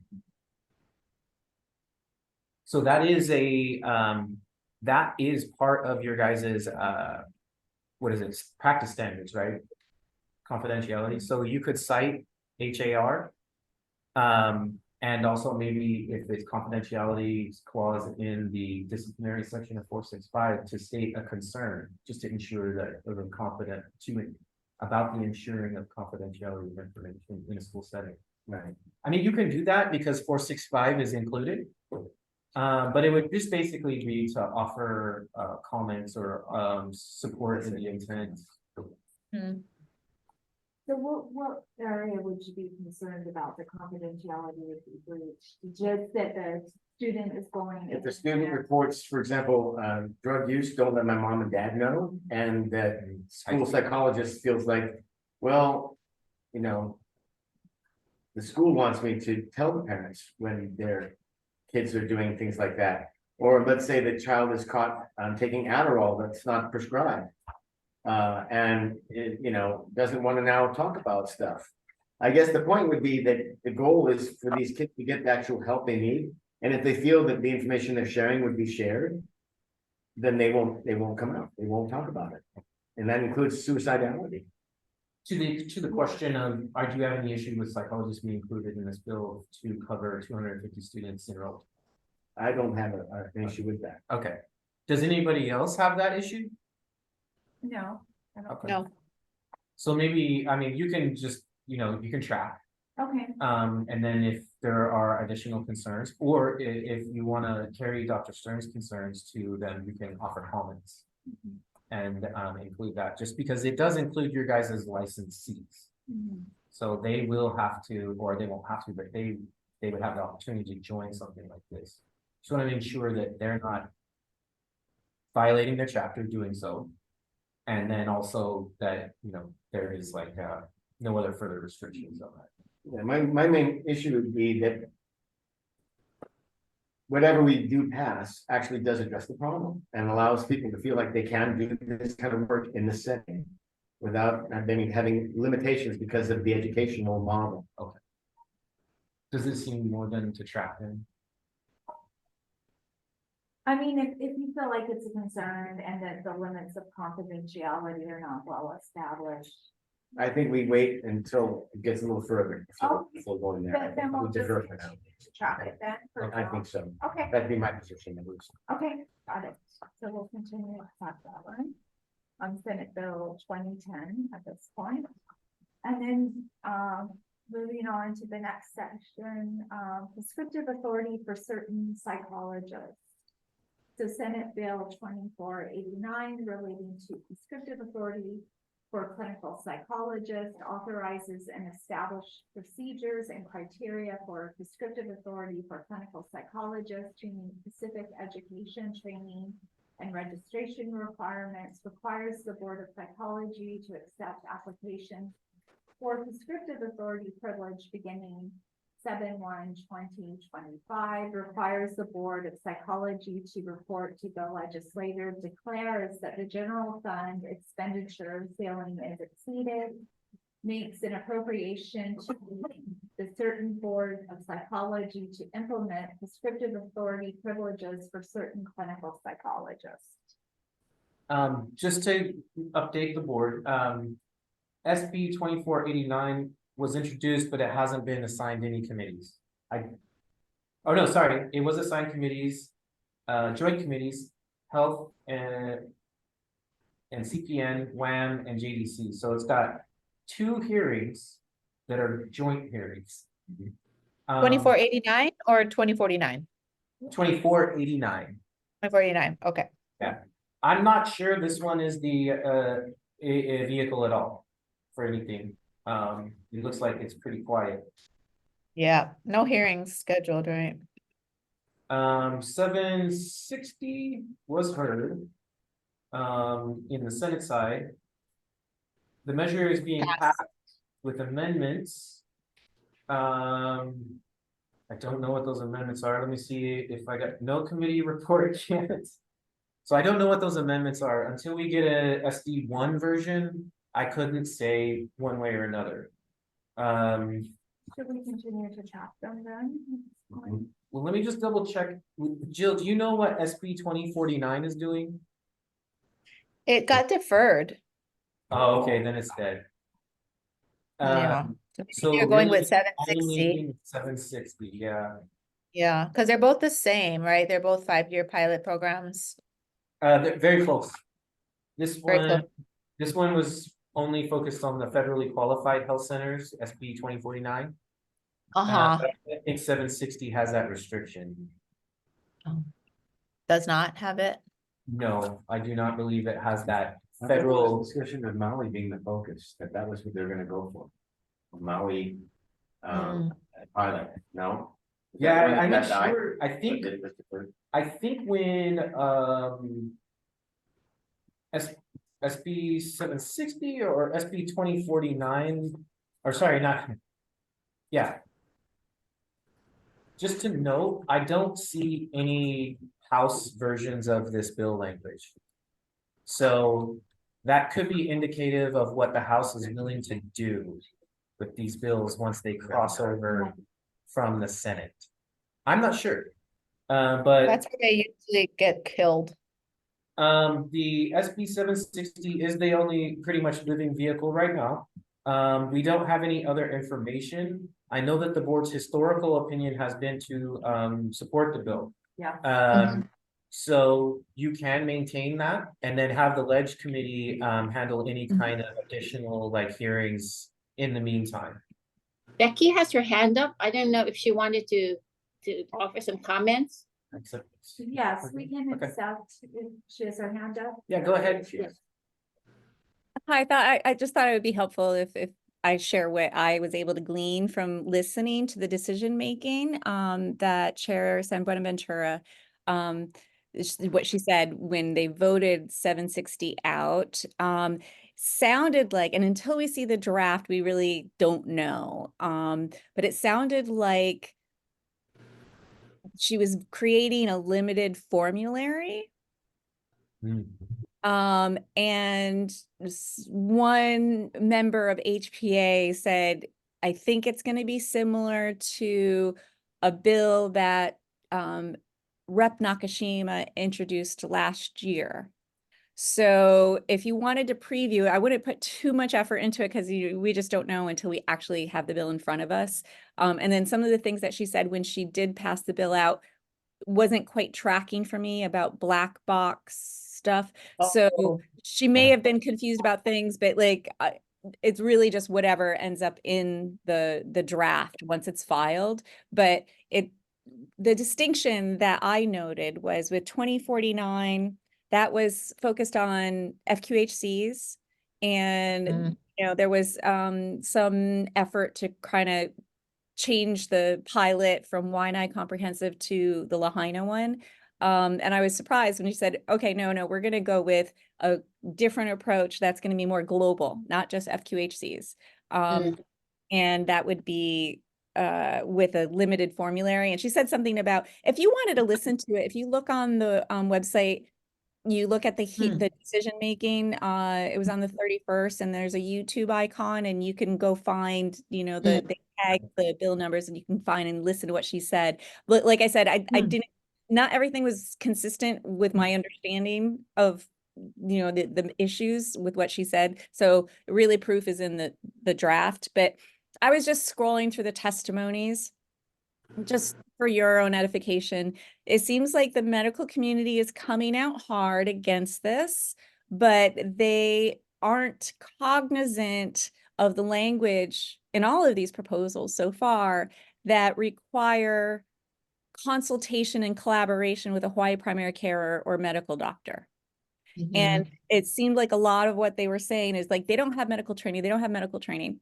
And that counter that argument is undermined, I think, by the very specific language in these bills that say it must be done in consult or collaboration. So I think to the extent when you guys testify or you're talking to people, you know, that they make that salient in the testimonies that this is in collaboration, that will help legislators understand that we're not trying to overstep the, you know, I say we, I'm not a psychologist, but that is a non-issue and it's like a red herring. And it's not based in the actual black and white letter of these bills. So so that's one thing to just keep in mind. That's all. Thank you. Thank I actually wanted to add too, because, you know, what was sort of glaringly missing from the hearing was the Department of Health. It was for SB 760. So I see that their testimony was like down at the very bottom. So the department itself, you want me to just read out the testimony or give you the bullets? Oh, you can give us the bullets. Okay, so it sounds like they have, like what Ms. Gardner described, a schism between the MD fields and the psychologists about whether the DOH should go ahead with this. So it looks like their recommendations with regarding the pilot program for prescribing psychologists would be to exclude all minors, exclusion of adults with serious mental illness, formulary restricted medications with high safety profiles such as selective serotonin reuptake inhibitors and serotonin norepinephrine reuptake inhibitors, diagnoses of depression and anxiety only, no off-label, no black box, collaborative practice agreement with physician, preferably a primary care physician or psychiatrist or APRN RX, preference for an integrated practice setting such as a multidisciplinary clinic, and requirement and resources to conduct a rigorous evaluation of quality and safety of submitted to peer-reviewed journal. Well, you know, it's like the psychologists couldn't even prescribe the antidepressants because they all have black box warnings for people 24 and under. So that would just exclude it. Yes. Okay. So even though Right, yeah. they're saying that they can prescribe, it's like, That's it. yeah. So if you know, if the Senate accepts these recommendations, then that's probably Limited. the It doesn't do anything. But it's really sad because when the last DOH director was there, Dr. Pressler and Lauren Kim, They're they for- actually Yeah, came up with a really good at the time, a good compromise a DOH was able to get behind, and their testimony reflected that. I don't know what year it was, 17, 18 maybe. Mm. Um, and I thought where- Green was supportive of the bill too. I mean, I thought he was supportive of. yeah. Yeah. But yeah, it's sad that they've gone full circle, and I mean, not as coming out in against it, because at one point they did that as well. When Bruce Anderson was director, they were opposed. And then and then when Ginny Pressler got in there, they were trying to work it out to where the department could support with significant input and recommendations, which were actually helpful. And now they've gone to this, which is back to almost not helpful. It doesn't exclude APRNX though from the verbiage though. right. Doesn't exclude what? It doesn't exclude APRNX psychologists Right. from the verbiage. Well, APRN are psychologists. Yeah. Oh, you mean as supervisors? Yeah, As supervisors? Hmm. Oh, But yeah, that formulary, like Sherry is saying, that would essentially wipe out any prescribing that a prescribing psychologist could do. right, the black box. That's it right there. Yeah, it's pretty sad because I thought that it would maybe carry on the coattails of people's recognition about the high need for mental health care and the shortages in terms of providers. So, you know, I'm wondering, you know, because the arguments, you know, with, I don't know, the physicians, it's the same old argument, right? Remote and- arguments. For Yeah, and- 30 years. Yeah, and then, you know, Yes. and limiting and really limiting it, I mean, the whole intent is to have more availability you know, for people that do need it. And that psychologists can prescribe or not prescribe and have other kinds of treatment options, right? And be able to weigh that. So Well, yeah, it's pretty currently sad. you guys have SB 760, right? Mhm. How would you vote? How would you vote? How would we vote? Like to support the intent, but not the language of the bill, if it moves that direction? Like, you can't really do that right now because we don't know the language, right? I see. Support the intent, but not the limited formulary that DOH is recommending. Yeah, that formulary is for. So you could provide comments and then state that until we receive the formulary to review. It's overly restricted. I would say that would be my, Well- I would. Well, the formulary as it's currently listed in at 760 is fine. That's the Okay. one that we've been supportive of, you know, all these years. Right, we gotta be clear about that, the way it was listed. In fact, much of the language in there right now was taken from DOH when we were working with them to get support from the department. So like page 13, line 18, all of that language about like forensically encumbered patients, we would have to work specifically with a psychiatrist from DOH. Those all came specifically from DOH. Well, you know, remember that this board is looking at the administratability of prescribing psychologists. And I think this board has vetted this bill in its various forms to identify what requirements would be necessary to provide safe and quality service as a prescribing psychologist. The board has supported bills that have developed, and that's where it stands.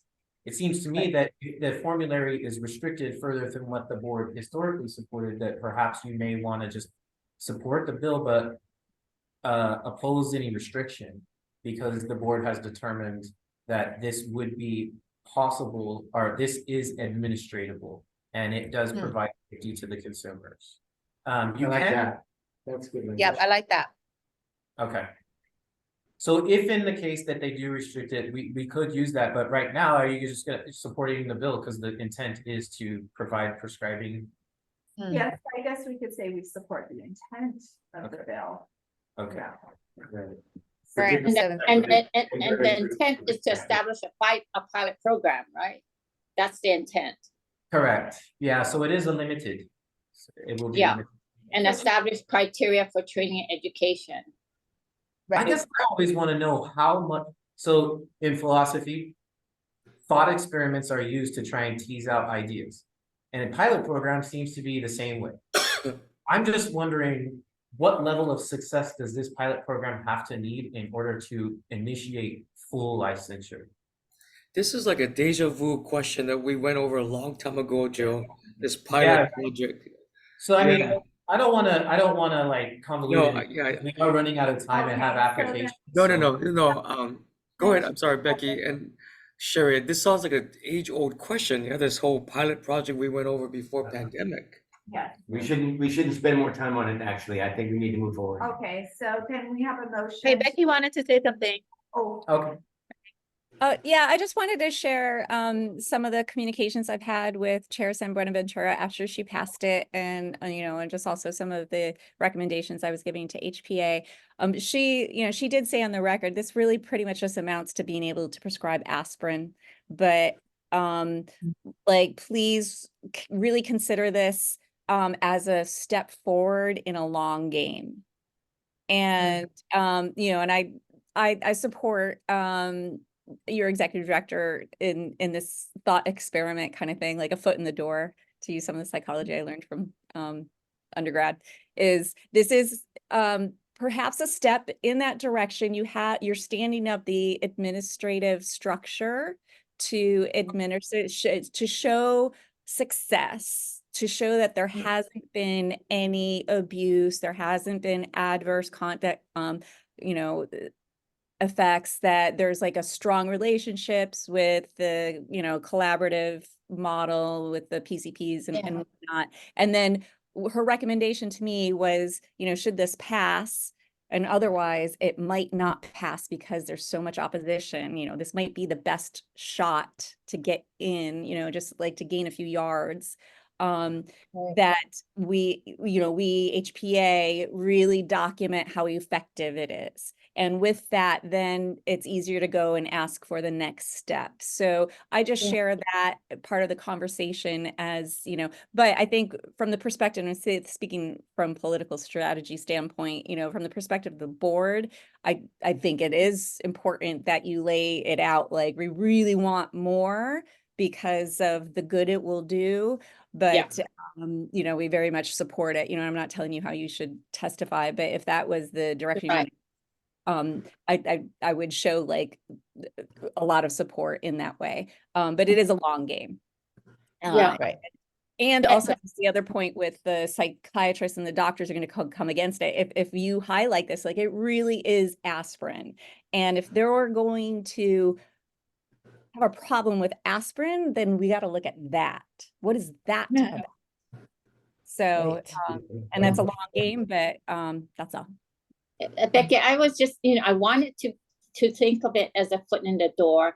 I guess my concern is that if it's, the equivalent of aspirin, then how can you ever set up some kind of evaluative kind of procedure to show that it's effective? Because you're going to be so restrictive in terms of what you can treat, what you can assess, and the number of cases that you can actually apply in this pilot study. So if the results end up being so restrictive, does it put us back instead of having a foot in the door? So that's what I struggle with. I would suggest now that the board make the vote. Yes. Do we want to just support the intent of it, or do we just think it's kind of worthless? I still would support the intent myself. Can we support the intent and put in the other part that with the understanding that it's highly restrictive or something like that, and in order to be getting I don't know, an adequate kind of Jeff has assessment. in June. How about something like it limits the board, it limits our ability to demonstrate effectiveness? With a too restrictive formulary. Right. Yes, yes, yes. Demonstrate Yeah. that we're doing it effectively. I think that I makes me would- more comfortable because I agree with you. Yeah. And I agree with Jill also. I like it, the spirit. It kind of makes me feel dumb when I see that, that I'm supporting something that shares that I look like I'm doing something, and I already know that it's limiting everything else. But I think with that added verbiage, it makes it look like we are going to do this, but then we want to make sure that we're not stupid at the same time. Yeah, because at least DOD could come up with figures, Sorry, I didn't mean to sound, but that's basically what it looks like, So sorry, Keith, I just want to remind the board that, there is the professional side, the professional development, but there's also the administrative. Right, sorry. You guys have clearly demonstrated that. Yeah. The language that is being used is administrative. I would suggest going to the vote. Okay, yes. So we support the intent of it, but we are going to add comments. So can I have a motion for that for Senate Bill? I so move. Okay, motion by June, seconded by Sure. I'll Jeff. second that. All in favor, say aye. Aye. Thank you. All right. All right, so now we're going to state mental health program, House Bill 2068 relating to psychologists, authorizes the Director of Health to appoint psychologists to fill staff positions for the state mental health program.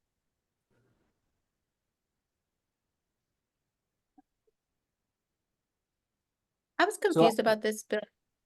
Sorry, go ahead. Is it also referring to, I can't remember where I saw this, but is it to appoint psychologists who may not be licensed?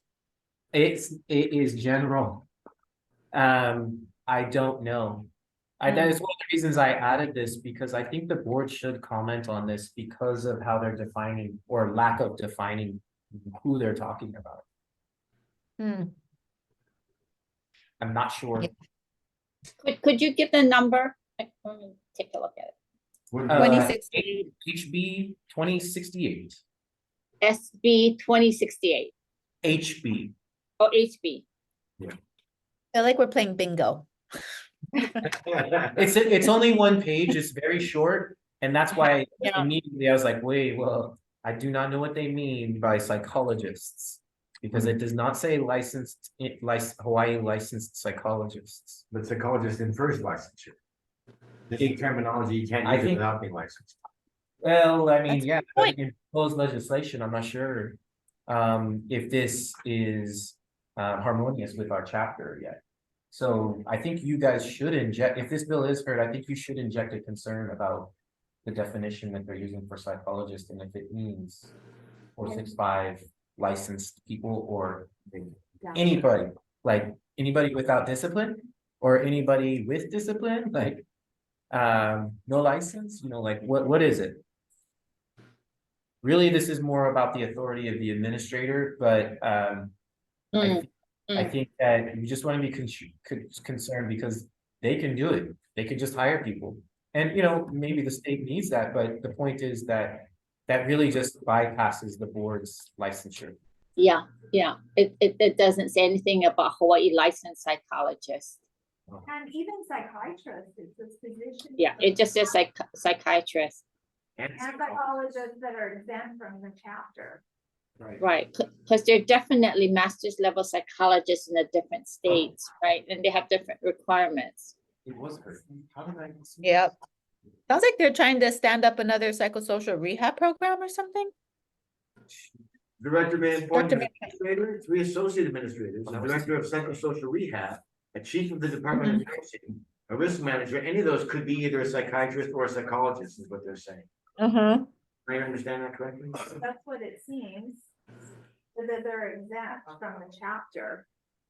What is chapter 76? Anybody know? Let me look. By the way, sorry, this bill got heard today and it was deferred until 2/6/24. I'm guessing it's deferred. Because it didn't say deferred for decision making or reset a new meeting time. So sometimes when that happens, they just are deferring the bill. Maybe for the very reasons you mentioned. It Sounds is like a it lot wouldn't of hurt to- authority for an executive director in the executive branch, so I don't know. And why would they want a psychiatrist or psychologist to exempt from the chapter? I think because they need to do it fast. They want to just get people hired and So. And this from is out of the state. state hospital, right? this bill was heard today and it was deferred. So I'm not sure. It says deferred until 2/6, so they could pick it back up in a hearing. If that's the case, then there is the opportunity for the board to provide testimony. I suggest that you do add some kind of concern. But it's up to you guys. Was I don't see the the harm intent, specifying that it's just licensed psychologist, right? But I don't Yeah, know. like- 'Cause- but was the intent of this, it's that you can appoint because there's positions that are open and you need to fast track it for the state hospital, or other areas like that? I think this has to do with expediting filling positions, correct? Tell me the bill again now, it's, HB 2068. 2068, it's only one pager. But after that, it's even talking about being able to appoint a risk manager and a facilities plant engineer for the state hospital. I mean, we get thrown together with all of that. oh, that, No, it's like. It's the director of love authority. basically. Right, Someone exactly. wants to hire whoever he wants, or she wants.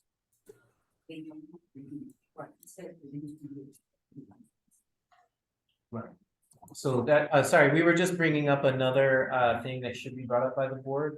Although, did you say that the language right now exempts from chapter 465? 76, no, it doesn't say anything about.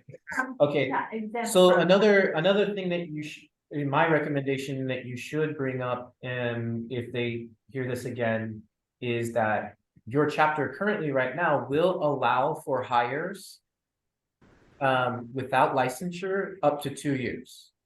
Mhm. So, if they pass this, they could only be hired for 2 years, psychologists. So Oh, they, okay, 2068, right? yes. Yep. Okay, so, Oh. okay, what was explained to me is that, so I think, and don't quote me on this, the only way to retain, because we have only so many positions that were converted to permanent positions in the state. And if they do exempt, then they can offer more pay without having to go through, and I think the question that I had was that means that they're at will. The new incoming would be at will, and that's the only reason why we haven't been able to convert more positions every year. I think that's what that one is about. I don't know, because that was a question that we had. There's only 3 people that we were asked about.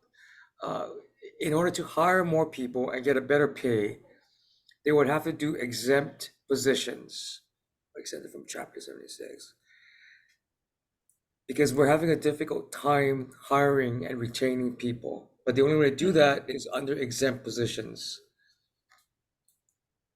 So I don't know if it answers your question, but that's what I remember Okay. we're talking about that situation. The government approves contractor basis, subject to the approval of the government. What about psychologists who, research psychologists, or, those that maybe aren't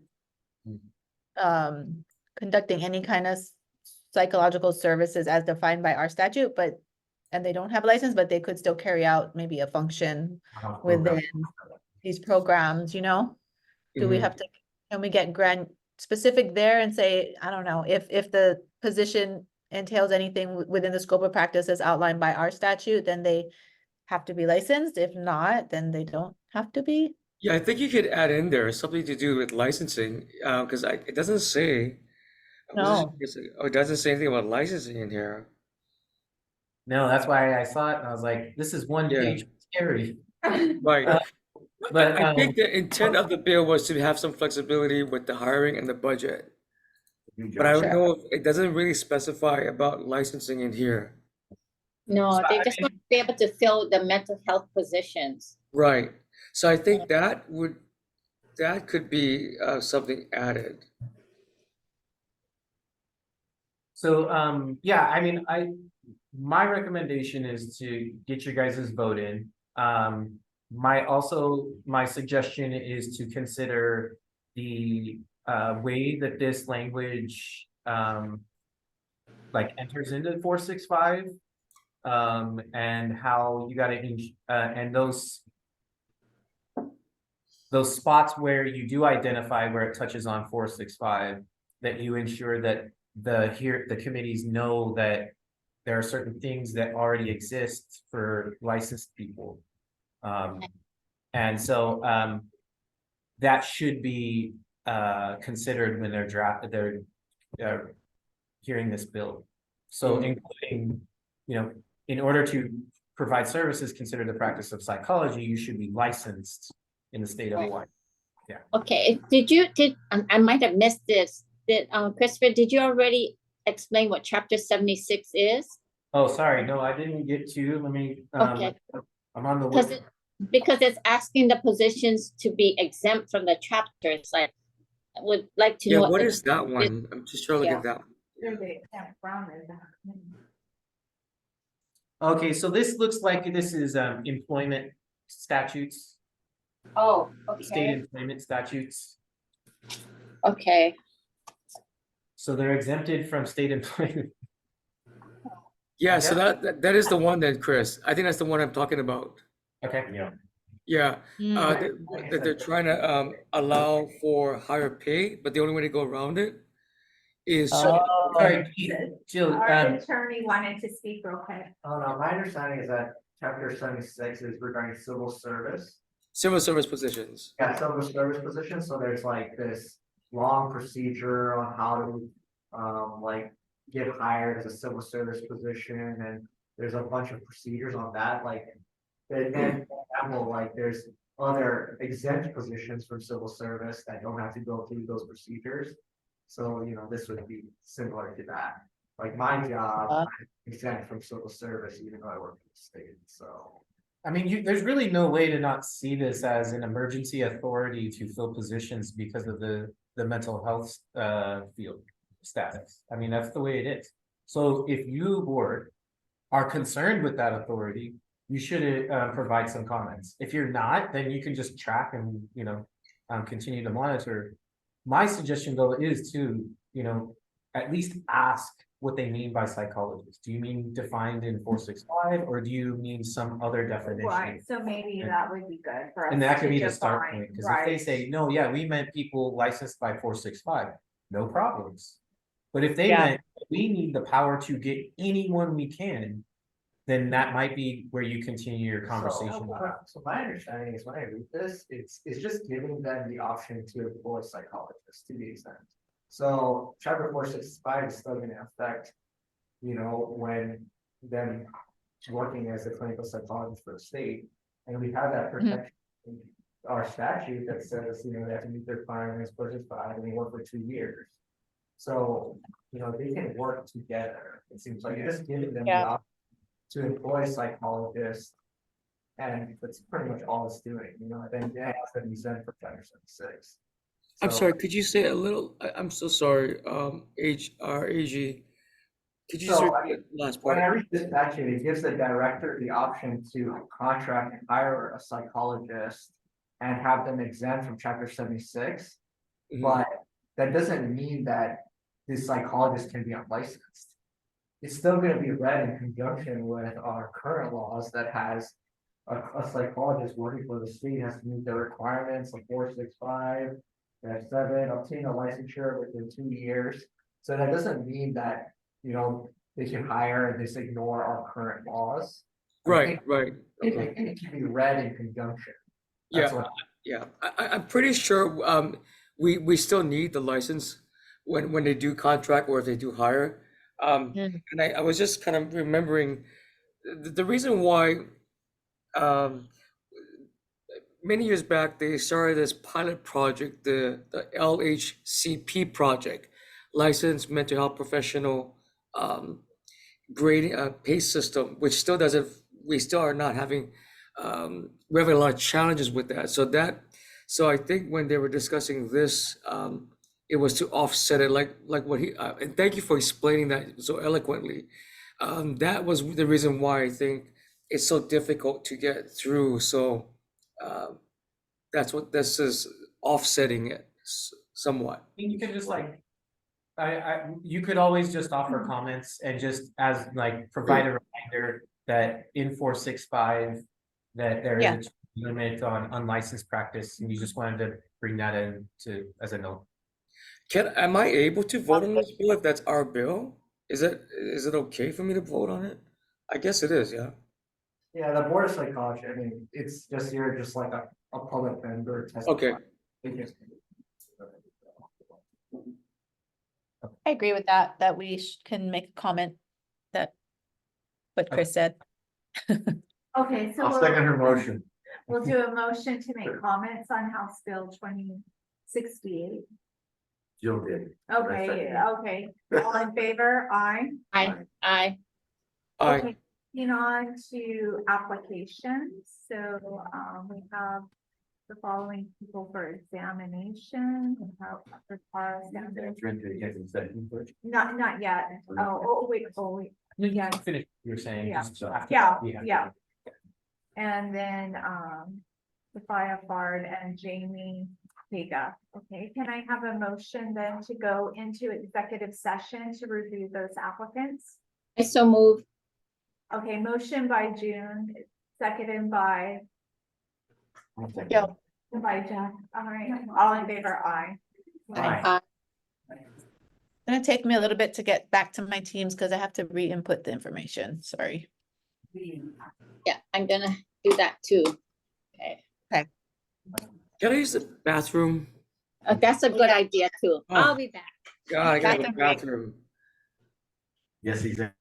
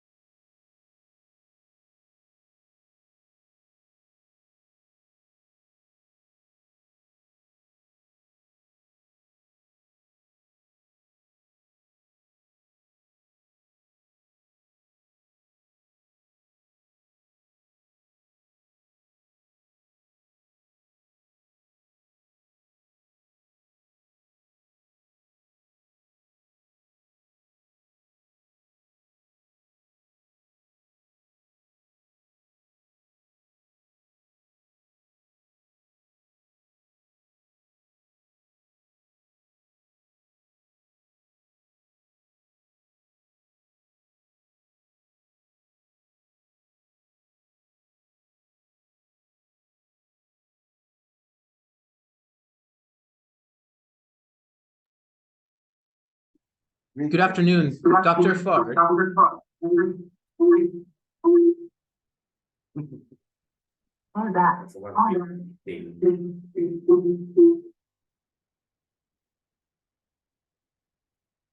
Dr. Fard, we're going to try and bring you into an executive session. Coursework that you did. We'll need your and phone you number and really we're pulling allow that from your them to- application now.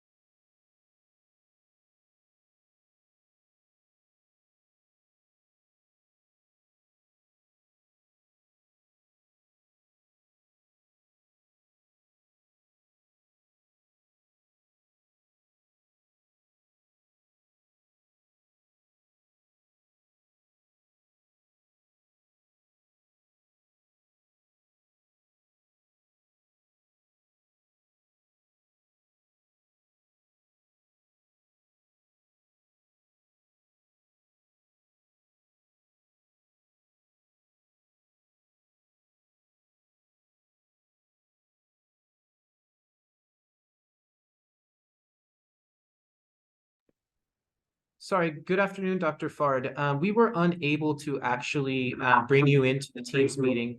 So we are just gonna go ahead and send you the letter from the board involving, regarding the determination. After we leave executive session, we will be able to provide the determination for the board vote.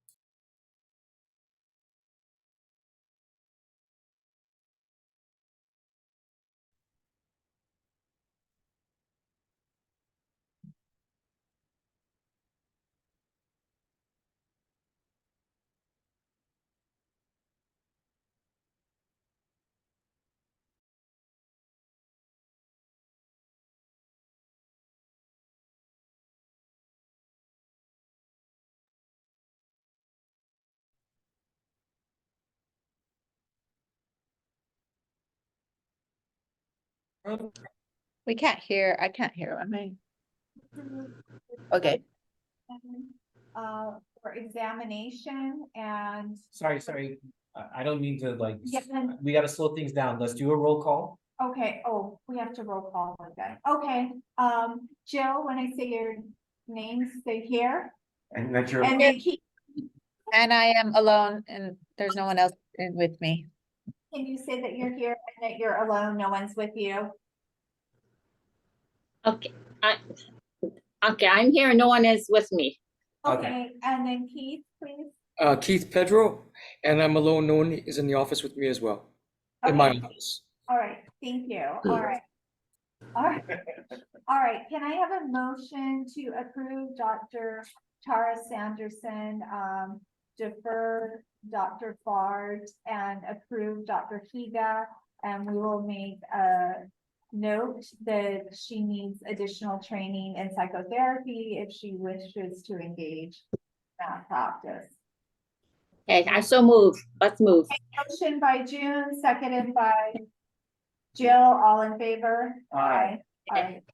All right, thank you. Meeting is adjourned. Thanks. We'll get to the next time. Bye, bye, everyone. Bye, everyone. Thank you.